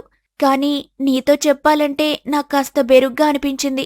నువ్వు నన్ను ప్రేమిస్తున్నావని తెలుసు కానీ ఆ ప్రేమని పొందే అవకాశం నాకీ జన్మకి లేదు. ఇద్దరూ చెరోవైపు ఆలోచిస్తూ ఉంటే పరిగెత్తుకుంటూ ఒక వ్యక్తి వచ్చి వందనని తగిలాడు. ఎవరని చూస్తే అతనెవరో కాదు, వందన తమ్ముడు వాసు. వందన వెంటనే వాసుని పట్టుకొని, ఒరే తమ్ముడు, ఏమైందిరా? ఎందుకిలా పరిగెడుతున్నావు? ఇది చిన్న విషయంలే కాని నువ్వేమైపోయావక్క? ఇంట్లో నుంచి వెళ్ళిపోయావని మీ అత్తారింట్లో చాలా కోపంగా ఉన్నారు. సరే, అది వదిలేలే కాని అమ్మేమంటుంది? నాన్న ఎక్కడున్నాడు? అమ్మ కూడా నీ మీద చాలా కోపంగా ఉంది. నిన్ను ఇంటికి రానివ్వనంటూ చాలా మొండిగా మాట్లాడుతుంది. నీకొక విషయం తెలుసో లేదు, నీ పెళ్ళవగానే అమ్మ నాన్న విడిపోయారక్క. కలపాలని ప్రయత్నించినా కూడా లాభం లేకపోయింది. నువ్వింట్లో నుంచి వచ్చావన్న విషయం తెలిసిన తర్వాత నాన్న నీకు సపోర్ట్ చేస్తూ మాట్లాడటంతో ఆ మాటలు అమ్మని ఇంకా నాన్నకు దూరం చేశాయి. సరే, అది వదిలేలే. ఎలాగోలా ఏదో ఒకటి చేయొచ్చులే కానీ నువ్వెక్కడుంటున్నావు? తమ్ముడు, నా మీద నీకు కోపం లేదా? ఎందుకిలా చేశానని అడగాలనిపించట్లేదా? అక్క, నీ మీద నాకు నమ్మకముంది. నువ్వొక నిర్ణయం తీసుకున్నావంటే దానికి సరైన కారణం ఉంటుందని తెలిసి కూడా ఎందుకు, ఏమిటి, ఎలా అని అడుగుతానో చెప్పు. నీకు చెప్పాలనిపిస్తే నువ్వే చెప్తావు. నువ్వు చెప్పలేదంటే అది నాకు చెప్పకూడని విషయమనే కదా. నన్ను ఇంతలా అర్థం చేసుకున్నందుకు చాలా థ్యాంక్స్ రా తమ్ముడు. నువ్వింత గొప్పగా ఆలోచిస్తావు కదా. నువ్వెందుకురా అమ్మ నాన్నలకి నచ్చని పనులు చేస్తూ ఉంటావు? మరి సమాజంలో నీ పేరు ఎలా తప్పుగా ప్రచారం జరుగుతుందో తెలుసు కదా. మరెందుకురా అలా చేస్తావు? ఆ చెడలవాట్లన్నీ మానేయొచ్చు కదా. అక్క, ఇప్పుడు చెప్పే సందర్భం కాదేమో కానీ 2 ముక్కలో చెప్తాను విను. నేను ఒక అమ్మాయిని విపరీతంగా ప్రేమించానక్క. తను కూడా నన్ను ప్రేమించింది కానీ ఎప్పుడూ ఇద్దరం ఒకరికొకరం చెప్పుకోలేదు. కానీ రోజూ మాట్లాడుకునేవాళ్ళం. ఆ అమ్మాయి నా మీద చాలా కేర్ తీసుకుంటూ ఉండేది. నాకు చదువు లేదన్నా కూడా తనెప్పుడూ ఇబ్బంది పడలేదు. కానీ సరిగ్గా నీ పెళ్లికి 1 నెల రోజుల ముందు నుంచి ఏమైందో తెలీదు, మాట్లాడడం మానేసింది. నేనెవరో తెలియనట్టు, మా ఇద్దరికి అసలు పరిచయమే లేనట్టు ప్రవర్తించేది. ఏంటో అర్థం కాక పిచ్చెక్కి పోయేవాణ్ణి. తను నాకు దూరం అవుతుంటే నేను చెడలవాట్లకు దగ్గరయ్యాను. ఒకరోజు వాళ్ళింటికి వెళ్లి అడగాలని వెళ్ళానక్క. ఆ రోజు అర్థమైంది తనకి పెళ్ళైపోయిందని. వాళ్ళ నాన్న నన్ను కొట్టించి పోలీసులకి నేను తన కూతుర్ని వేధిస్తున్నానని చెప్పాడు. దాంతో పోలీసులు నన్ను తీసుకెళ్లారు. అమ్మా నాన్న పోలీస్ స్టేషన్కి వచ్చింది అప్పుడే అమ్మాయి మోసం చేసిందని నెమ్మదిగా బాధని దిగమింగుకొని నీ పెళ్లి పనులో పడుతుంటే అమ్మాయికి బలవంతమైన పెళ్లి చేయటం వల్ల ఇంకా ఉండలేక చనిపోయిందని తెలిసిందక్క. తను చనిపోతూ రాసిన లెటర్లో నా గురించి ఏం రాసిందో తెలుసా అక్క? తన మీద నాకు కోపం రావటం కోసం తనకి పెళ్లైన తర్వాత తను మారిపోయినట్టు నటించిందట. తన మీద కోపంతో అయినా తనని మర్చిపోతాననుకుందట. తాను చనిపోయిన తర్వాత పోలీసులు నన్ను మళ్లీ పోలీస్ స్టేషన్కి తీసుకుని వెళ్లి వాళ్ల డౌట్స్ ఏవో క్లియర్ చేసుకున్నారు. తను నా లైఫ్లో లేదన్న విషయాన్ని ఇప్పుడిప్పుడే జీర్ణించుకుంటున్నా అక్క. కానీ ప్రేమించిన వాళ్ళని మర్చిపోవటం అంత ఈజీ కాదు కదా. ట్రై చేస్తున్నాను.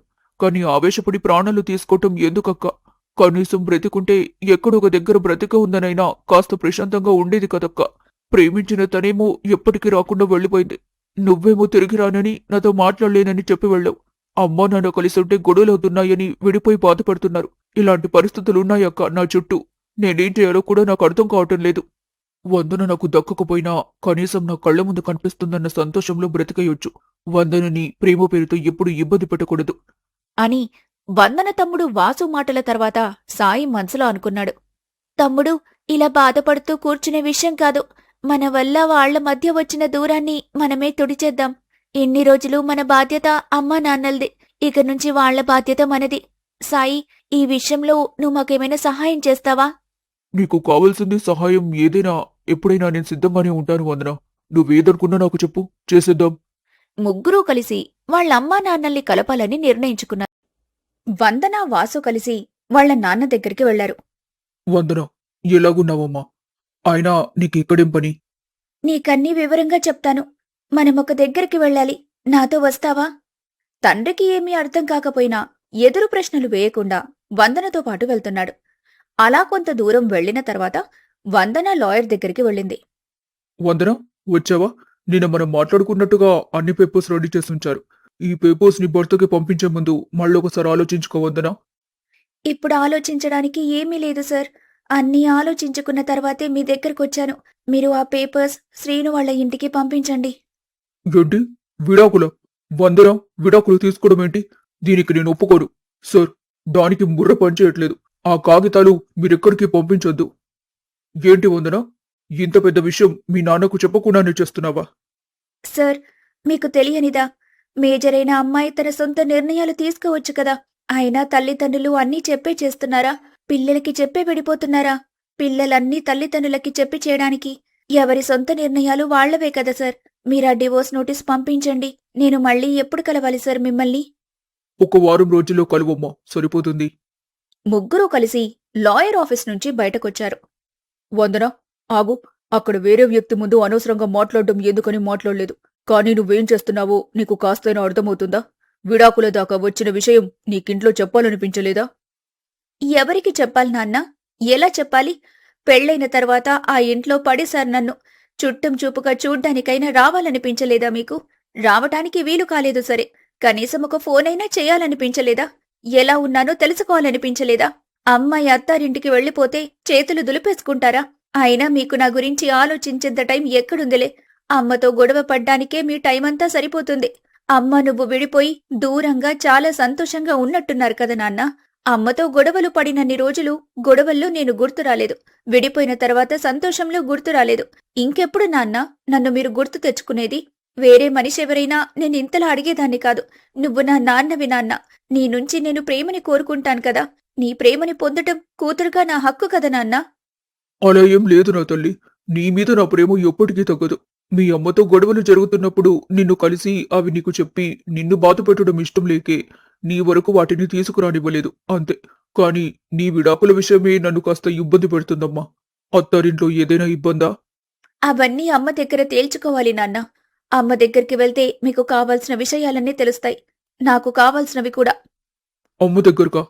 ఏ రావా నాన్న? కూతురు జీవితం కంటే నీ పట్టుదలే గొప్పదైపోయింది కదా. అలా ఏం లేదమ్మా, పొద వెళ్దాం. అలా వాళ్లు వెళ్తుండగా వాసుకి ఫోనొచ్చింది. అక్క, ఈ ఫోన్ నీకే, సాయి నుంచి. సాయి, చెప్పు. కంగ్రాచులేషన్స్ వందన, నీకు జాబ్ కన్ఫర్మ్ అయింది. రేపటి నుంచి ఆఫీస్కి రమ్మని చెప్పారు. చాలా థ్యాంక్స్ సాయి. ఇదంతా నీ వల్లే జరిగింది. చాలా చాలా థ్యాంక్స్. సరేలే, ఏదో పనిలో ఉన్నట్టున్నావు కదా, ఆ పని కానివ్వు. సాయి ఫోన్ పెట్టేశాడు. తన చేతిలో ఉన్న వందన ఫోటోని చూస్తూ బాధపడుతున్నాడు. నీ జీవితంలో నేనున్నా లేకున్నా నీ జీవితం బాగుండటానికి మాత్రం ఎప్పటికీ నేనుంటాను వందన. నీకు నేనున్నాను. వాసు, వందన తండ్రితో కలిసి ఇంటికి వెళ్లారు. వాళ్ళకి ఎదురుగా తల్లి కనిపించింది. ఆగండక్కడే, ఎక్కడికొస్తున్నారు? మీ ఎవరితో నాకు ఎలాంటి సంబంధం లేదు. వెళ్ళిపోండి. నా మీద కోపం వీళ్ళ మీదెందుకు చూపిస్తావు లక్ష్మి? నాకు ఎవ్వరి మీద కోపం లేదు. నా కోపమంతా భగవంతుడి మీదే. అత్తారింటికి వెళ్లి మొగుడు పక్కనే ఉండగా వేరేవాడితో తిరిగే కూతుర్నిచ్చాడు. తాగి తందనాలాడుతూ నలుగురిలో పరువు తీసే కొడుకునిచ్చాడు. ఏ బాధ్యత లేకుండా బిజినెస్ల పేరుతో ఉన్నదంతా గుల్లచేసి కుటుంబాన్ని రోడ్డున పడేసే భర్తనిచ్చాడు. అన్నీ ఇలా ఇచ్చిన దేవుడి మీద కోపం కాక ఇంకేమొస్తుంది? మీకెవ్వరికీ నా విషయంలో జోక్యం చేసుకోవాల్సిన అవసరం లేదు. నా చావేదో నేను చస్తాను. మీరిక్కడ్నుంచి వెళ్తే మంచిది. నీ ఆవేదనలో తప్పులేదు లక్ష్మి. దీనంతటికీ కారణం నేనే. తప్పంతా నాది. ఇన్ని రోజులు వ్యాపారాలని ఇంకేదో అని నిలకడగా ఒక్క పని కూడా చేయకుండా నువ్వు కష్టపడి కూలోనాలు చేసి తీసుకొచ్చిన డబ్బుల్ని నేనింటి బాధ్యతలకు కూడా మర్చిపోయి నాశనం చేశాను. అది నా తప్పే. ఇక నుంచి ఆ తప్పు జరగదు. ఎందుకంటే ఇంటి పరిస్థితి ఇలా అయ్యాక కూడా నేను బాధ్యత మరిచి నడుచుకుంటే నేను మనిషినని చెప్పుకోవడం కూడా దండగే. నేనిలా మారటానికి కారణం కూడా నువ్వే. నా కోసం కాదు, మన పిల్లల కోసం నన్ను క్షమించు. ఇంట్లో ఒక పనివాడిలా చూసినా పర్లేదు కానీ ఇంట్లో ఉండనివ్వు చాలు. రాఘవ మాటలకి లక్ష్మి కళ్ళల్లో నీళ్లు తిరిగాయి. అయ్యో, అలా మాట్లాడతారేంటండి? నేనే అనవసరంగా చాలా ఎక్కువ చేశాను. మీరు లేకపోతే ఒక్క క్షణం ఒక రోజులా గడుస్తుంది. మీరెక్కడికి వెళ్ళొద్దు. ఇంట్లోనే ఉండండి. అయినా ఆవేశంలో తిరిగి నన్నొక మాట అనాలి. అంతేకాని ఇంట్లో నుంచి వెళ్ళిపోతారా? ఏదైనా నా మీద మీకున్న ప్రేమ? అమ్మ ప్రేమ ముందు ఏ ప్రేమైనా చిన్నది అని ఎక్కడో చదివానమ్మా. కానీ నీ ప్రేమ అది నిజమని నిరూపించింది. నేను ప్రేమించిన అమ్మాయి నాకు దూరం అయిపోతే, ఈ ప్రపంచమే నాకు దూరం అయితే, ఈ ప్రపంచంలో ఇంకా నాకంటూ ఏమీ లేదని అనిపించి ఇష్టం వచ్చినట్టుగా ప్రవర్తించాను. నేనిన్ని చేస్తున్నా నా పనుల్ని అలవాట్లని తిట్టావే తప్ప నన్నెప్పుడు తప్పుడు మనిషిగా వేలెత్తి చూపించలేదమ్మా నువ్వు.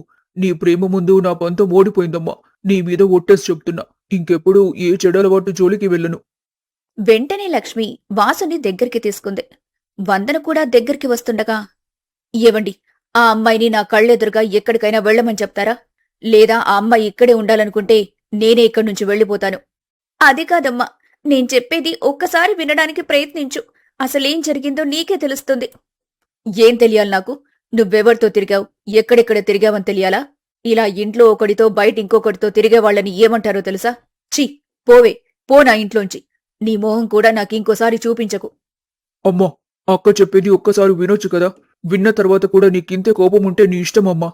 ఎవరెన్ని చెప్పినా దానిమీద నా కోపం తగ్గదు. అదిక్కడ ఇంకొక్క క్షణమున్నా నేనింట్లో నుంచి వెళ్ళిపోతాను. వద్దమ్మా, నేనే వెళ్తాను. నాన్న, అమ్మ జాగ్రత్త అని చెప్పి వందన అక్కడ్నుంచి వెళ్ళిపోయింది. వందన వెళ్లి సాయిని కలిసింది. ఇద్దరూ కలిసి సాయి చూసుంచిన హాస్టల్కి వెళ్లారు. చాలా థ్యాంక్స్ సాయి. ఇక నేను లోపలికి వెళ్తాను. రేపు ఆఫీస్కి వెళ్ళాలి కదా. దాంట్లో ఫస్ట్ డే కదా, కాస్త టెన్షన్ ఉంది. నువ్వు టెన్షన్ పడే పనేం లేదు. పొద్దున్న డ్రాప్ చేయడానికి నన్ను రమ్మంటావా? వద్దులే సాయి, అనవసరంగా నీకెందుకు శ్రమ. సరే, ఇక వెళ్ళు. బాయ్. Okay, bye.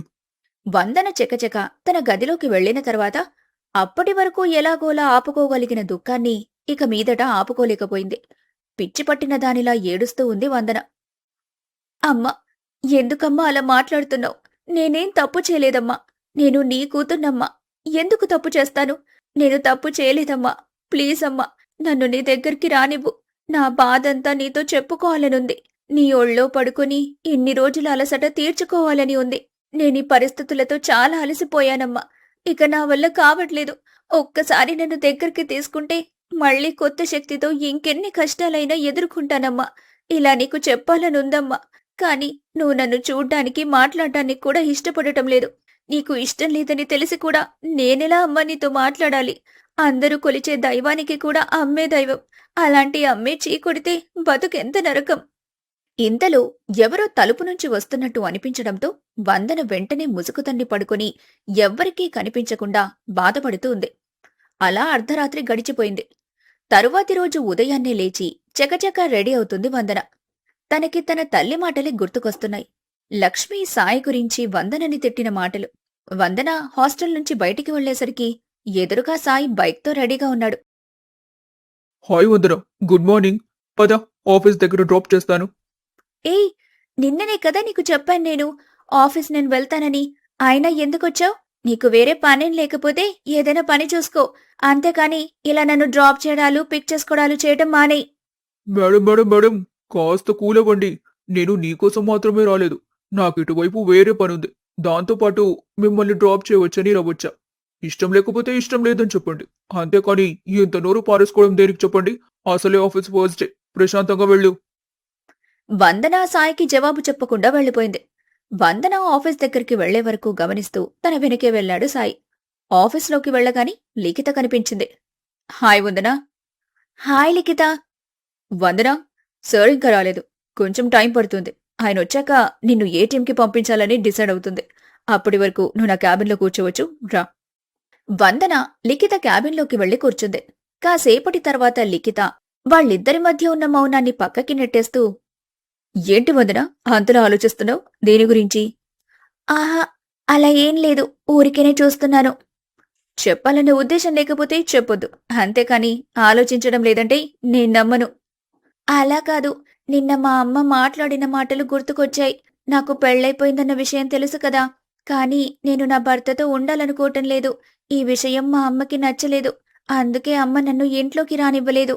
నేను నా ఫ్రెండ్తో ఒకసారి మాట్లాడడం అమ్మ చూసి దాన్ని వేరేలా ఊహించుకుంది. ఫోన్ మాట్లాడుతూ అవతలి వాళ్లతో వేరే రిలేషన్ ఏదో ఉండటం వల్లే ఇంట్లో భర్తతో సరిగ్గా ఉండలేకపోతున్నానని అనుకుంటుంది. అమ్మ నన్నలా అనుకోవటం నన్నింకా బాధ పెడుతుంది. ఉదయాన్నే ఫ్రెండ్ నా దగ్గరకొస్తే అమ్మ గురించి ఆలోచిస్తూ అతన్ని తిట్టేశాను. పాపం ఏమనుకున్నాడో ఏంటో. ఒక పంచయ్, ఇప్పుడు నీ కోపం పోయింది కదా, మీ ఫ్రెండ్కి ఫోన్ చేసి మాట్లాడు. అతని బాధ కూడా పోతుంది. ఇదిగో ఫోన్ అంటూ లిఖిత తన ఫోన్ ఇవ్వబోయింది. అయ్యో పర్లేదు, నేను మళ్ళీ తను కలిసినప్పుడు చెప్తాను, ఇప్పుడొద్దు.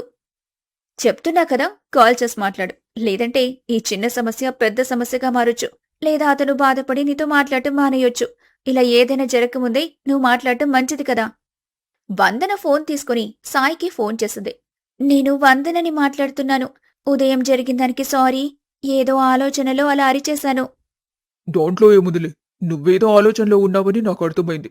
నేను కూడా పెద్దగా పట్టించుకోలేదులే. మీ బాస్ కలిసాడా? వర్క్ ఇచ్చారా? లేదింకా. బాస్ కోసమే వెయిట్ చేస్తున్నాను. ఇంతలో లిఖిత బాస్ వచ్చాడు వెళ్ళమని సైగ చేసి చూపించడంతో వందన హడావిడిగా లేచి వెళ్ళిపోయింది. వెంటనే లిఖిత సాయికి ఫోన్ చేసింది. సాయి గారు, ఏమంటుందండి మీ పిల్ల? షటప్ లిఖిత. సరే కాని ఏమైందో చెప్పు. నీకెలా తెలుసు తను మాట్లాడింది నాతోనే అని? ఒరే బుర్రత కూడా, మాట్లాడింది నా ఫోన్ నుంచే కదరా. కాల్ హిస్టరీ ఉండదా? ఓ సారీ. వందన మాట్లాడేసరికి అంతో మ్యాజిక్ లా ఉంది. ఈ మ్యాజిక్ చూడ్డాలు కాసేపు పక్కన పెట్టి నేనొక విషయం చెప్తాను, జాగ్రత్తగా విను. వందన చెప్పిన మాటల ప్రకారం వాళ్ళమ్మ వందనని ఇంట్లోకి రానివ్వటం లేదు. పైగా వందన మీద చాలా కోపంగా కూడా ఉంది. దానికి వాళ్ళమ్మ కారణమేంటో తెలుసా? నువ్వే. ఆ రోజు ఫోన్ గిఫ్ట్ ఇవ్వదురా అని చెప్తే విన్నావా? నాకు తెలిసి ఇంత జరగటానికి కారణం ఆ ఫోన్ అని నేననుకుంటున్నాను. ఇలా జరుగుతుందని నేనెలా అనుకుంటాను లిఖిత? నువ్వు కూడా అలానే మాట్లాడతావు. ఆయిందేదో అయిపోయింది. దాన్ని వదిలేస్తే ఇప్పుడు విషయం ఏంటంటే, వందన వాళ్ళమ్మ కోపమంతా నీ విషయంలోనే. నువ్వు గడ్డం పట్టుకొని బతిమాలతావో, కాళ్ళు పట్టుకొని బతిమాలతావో నీ ఇష్టం. కాని వందన వాళ్ళమ్మ మనసు మారేలా చేయాలి. అదయ్యే పనేనా లిఖిత? ప్రేమించడమంటే అమ్మాయి ఎలాగైనా సరే మనకి దక్కేలా చూసుకోవడమా? ఆ అమ్మాయి ఆనందంగా ఉండేలా చూసుకోవటమా? ఖచ్చితంగా అమ్మాయి ఆనందంగా ఉండేలా చూసుకోడు. అది మనతో అయితే ఇంకా ఆనందం. అందుకే ముందు వాళ్ళమ్మతో మాట్లాడడానికి ప్రయత్నించు. సరైన టైం చూసుకుని ఆ పని చెయ్యి. తనొస్తుంది, నేను మళ్ళీ చేస్తాను. సరే బాయ్. వందన లిఖిత దగ్గరకొచ్చింది. సరే బాయ్. వందన లిఖిత దగ్గరకొచ్చింది. సార్ నాతో మాట్లాడారు. మీతో ఉంటూ వర్క్ నేర్చుకోమన్నారు. 1 మంత్లో వర్క్లో ప్రోగ్రెస్ చూసి అప్పుడు కంప్లీట్గా వర్క్ ఇస్తామని చెప్పారు. అంతవరకు నీ దగ్గరే ఉంటూ వర్క్ నేర్చుకోమన్నారు. సూపర్ వందన. సరేరా కూర్చో.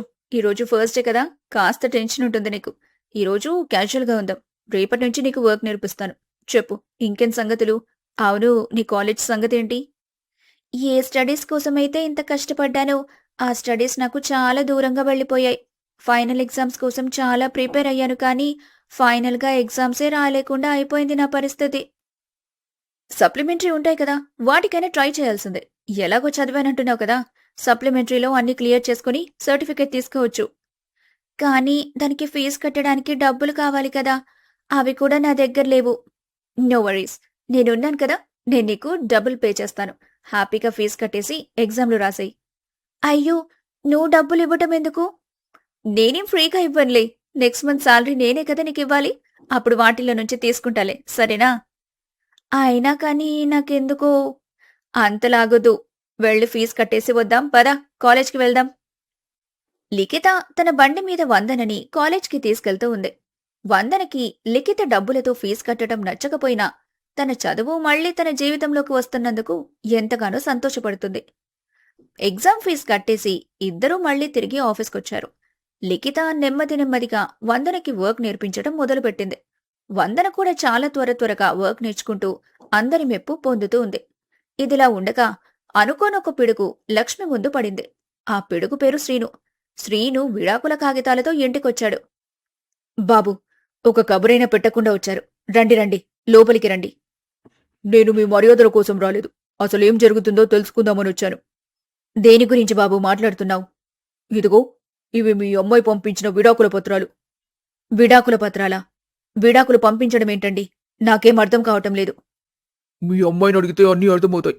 ఎక్కడుందో ఒకసారి పిలవండి. బాబు, ఒక్క నిమిషం ఇలా లోపలికి రా బాబు. ఇంటి బయట ఇలా మాట్లాడుకుంటూ ఉంటే చుట్టూ ఉండేవాళ్ళు ఏమనుకుంటారు? మా ఇంటి పరువు పోయిన తర్వాత కూడా నేను మీ ఇంటి పరువు గురించి ఎలా ఆలోచిస్తాను? ఆయన విడాకులు నా మొహాను కొట్టిన తర్వాత మీ ఇంట్లోకి నేనెందుకు వస్తాను? బాబు, ఇదేదో ఆవేశంలో తీసుకున్న నిర్ణయం అనుకుంటా. మీ మధ్య అసలేం జరిగిందో తెలిస్తే కానీ మేం మాట్లాడలేం. మా మధ్య ఏం జరిగింది? ఏం జరగలేదు. పెళ్లి మాత్రమే అయింది, అంతే. 2 రోజులు చుట్టంలా మీ అమ్మాయి మా ఇంటికి వచ్చింది. కాలేజ్ అని, ఫ్రెండ్స్ అని తన ఆలోచనంతా బయటే ఉండేది. మనిషి మాత్రమే ఇంట్లో ఉంది. మీ భార్యతో మీరు కలిసి ఉంటే ఇలాంటి విషయాలు మీ వరకు వచ్చేవి. మీరే ఇలా ఉన్నాక మీ అమ్మాయినంటే మాత్రం ఏం లాభం? మీరేం మాట్లాడాలనుకున్నారో అది మాత్రం మాట్లాడండి. అంతేకాని ఇలా అనవసరమైన మాటలు మాట్లాడొద్దు. రే వాసు, నువ్వు చిన్నపిల్లాడివి. మేము పెద్దవాళ్ళం మాట్లాడుకుంటున్నాం కదా, నోరు మూసుకో. అబ్బా, భలే చిన్నపిల్లాడమ్మా మీ అబ్బాయి. ఊరంతా గొడవలు, మీరు పోలీస్ స్టేషన్ల చుట్టూ తిరగటం నాకు తెలియదనుకున్నారో ఏంటి? వీళ్ల మాటలు సాగుతున్న సమయంలోనే సాయి అక్కడికొచ్చాడు. ఎవరు బాబు నువ్వు? ఆంటీ, నా పేరు సాయి. నేను వందన ఫ్రెండ్ని. నాకు తెలిసి ఇక్కడ ఈ గొడవ జరగటానికి ప్రత్యక్షంగానూ పరోక్షంగానూ కారణం నేనే అనుకుంటా. ఓ, అది కూడా తెలుసా నీకు? ఎక్కడ దాచావురా అమ్మాయి? ఏం మందు పెట్టావు తనకి? ఎప్పుడు చూసినా నీ గురించే ఆలోచిస్తూ కట్టుకున్న మొగుడితో కూడా విడాకులు తీసుకోవడానికి సిద్ధపడింది. ఆంటీ, తను నాకు కాలేజ్లో మంచి ఫ్రెండ్. ఆ చనువు కొద్దే తనతో నేను మాట్లాడాను. తనతో నేను మాట్లాడేది తనకి ఫోన్ గిఫ్ట్ ఇచ్చిన విషయంలో అబద్ధమేం లేదు. కానీ తనకి నేను ఏదో చేయాలనో లేదా తన భర్తకు తనని దూరం చేయాలన్న ఉద్దేశం నాకెప్పుడూ లేదు. తానెక్కడున్నా సంతోషంగా ఉండాలన్నదే నా ఉద్దేశం. నేను తనతో మాట్లాడటం వల్లే ఈ ప్రాబ్లం వచ్చింది. దాన్ని ఎలా సరిదిద్దాలో కూడా నాకు తెలీదు. నేను తనతో మాట్లాడటం మీకు ఇష్టం లేకపోతే తనతో జీవితకాలం నేనెప్పుడు మాట్లాడను. నేను చేసిన తప్పుకు క్షమాపణలు ఎలా అడగాలో కూడా నాకు తెలియటం లేదు. నన్ను క్షమించండి ఆంటీ. అని లక్ష్మి కాళ్ల మీద పడిపోయాడు. తరువాత శ్రీను కాళ్లు పట్టుకుని, సార్, మీకు కోపం రావటం తప్పేం కాదు. కానీ ఆ కోపానికి కారణం నేను.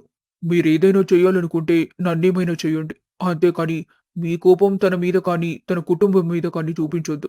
తనతో ఒక్క నిమిషం ప్రశాంతంగా మాట్లాడితే మాట వింటుంది సార్. ఒక్కసారి తనతో మాట్లాడి చూడండి.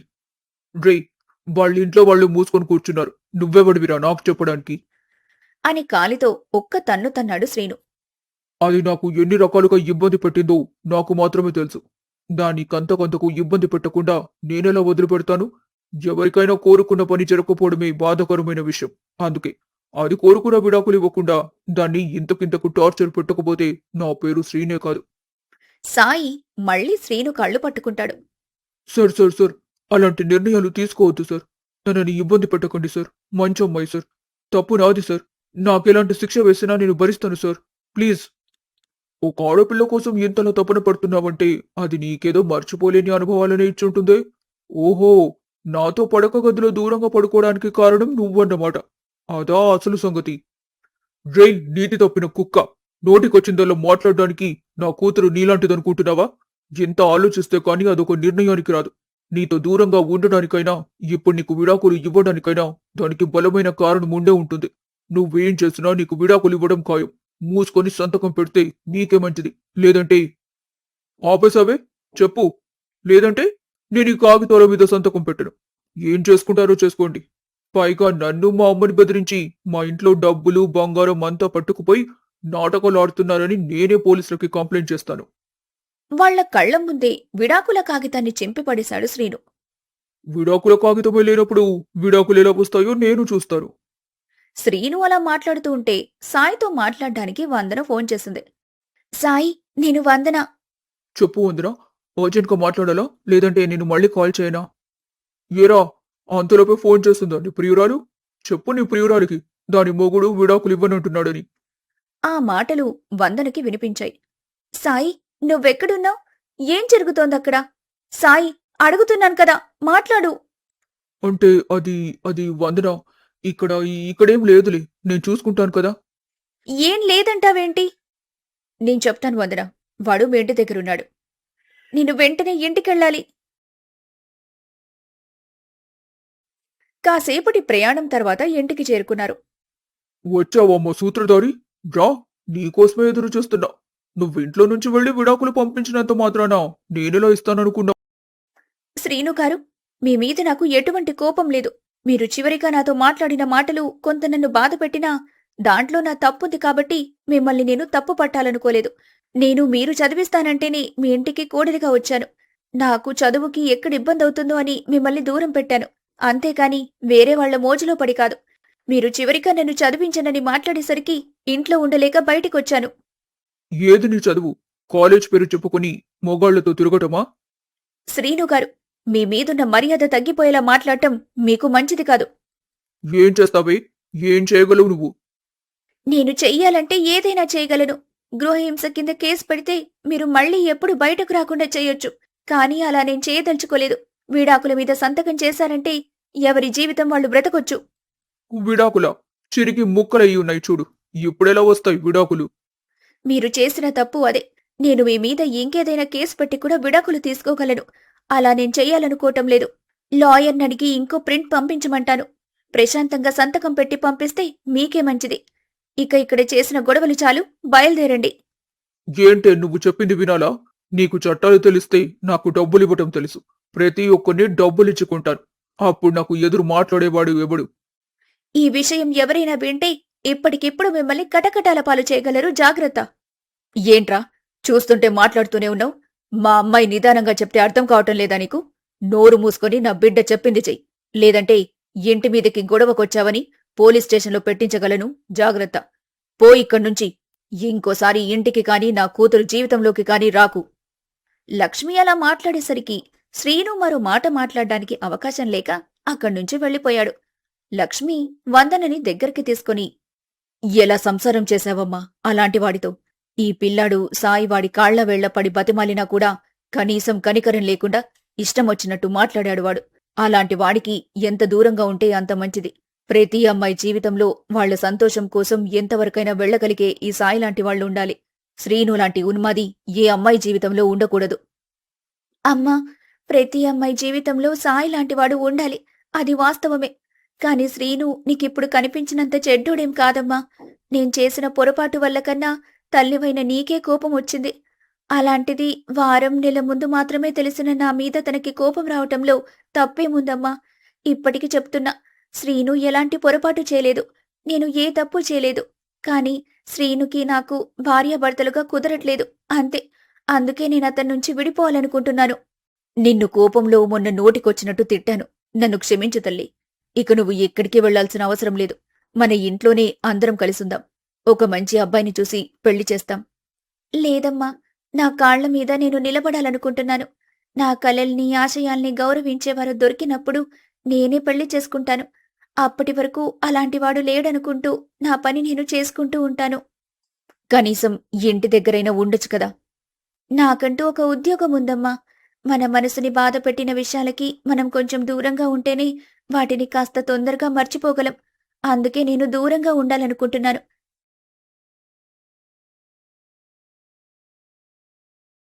ఏవండి, మన వందన కోసం సాయి అంతలా తపన పడుతున్నాడు కదా.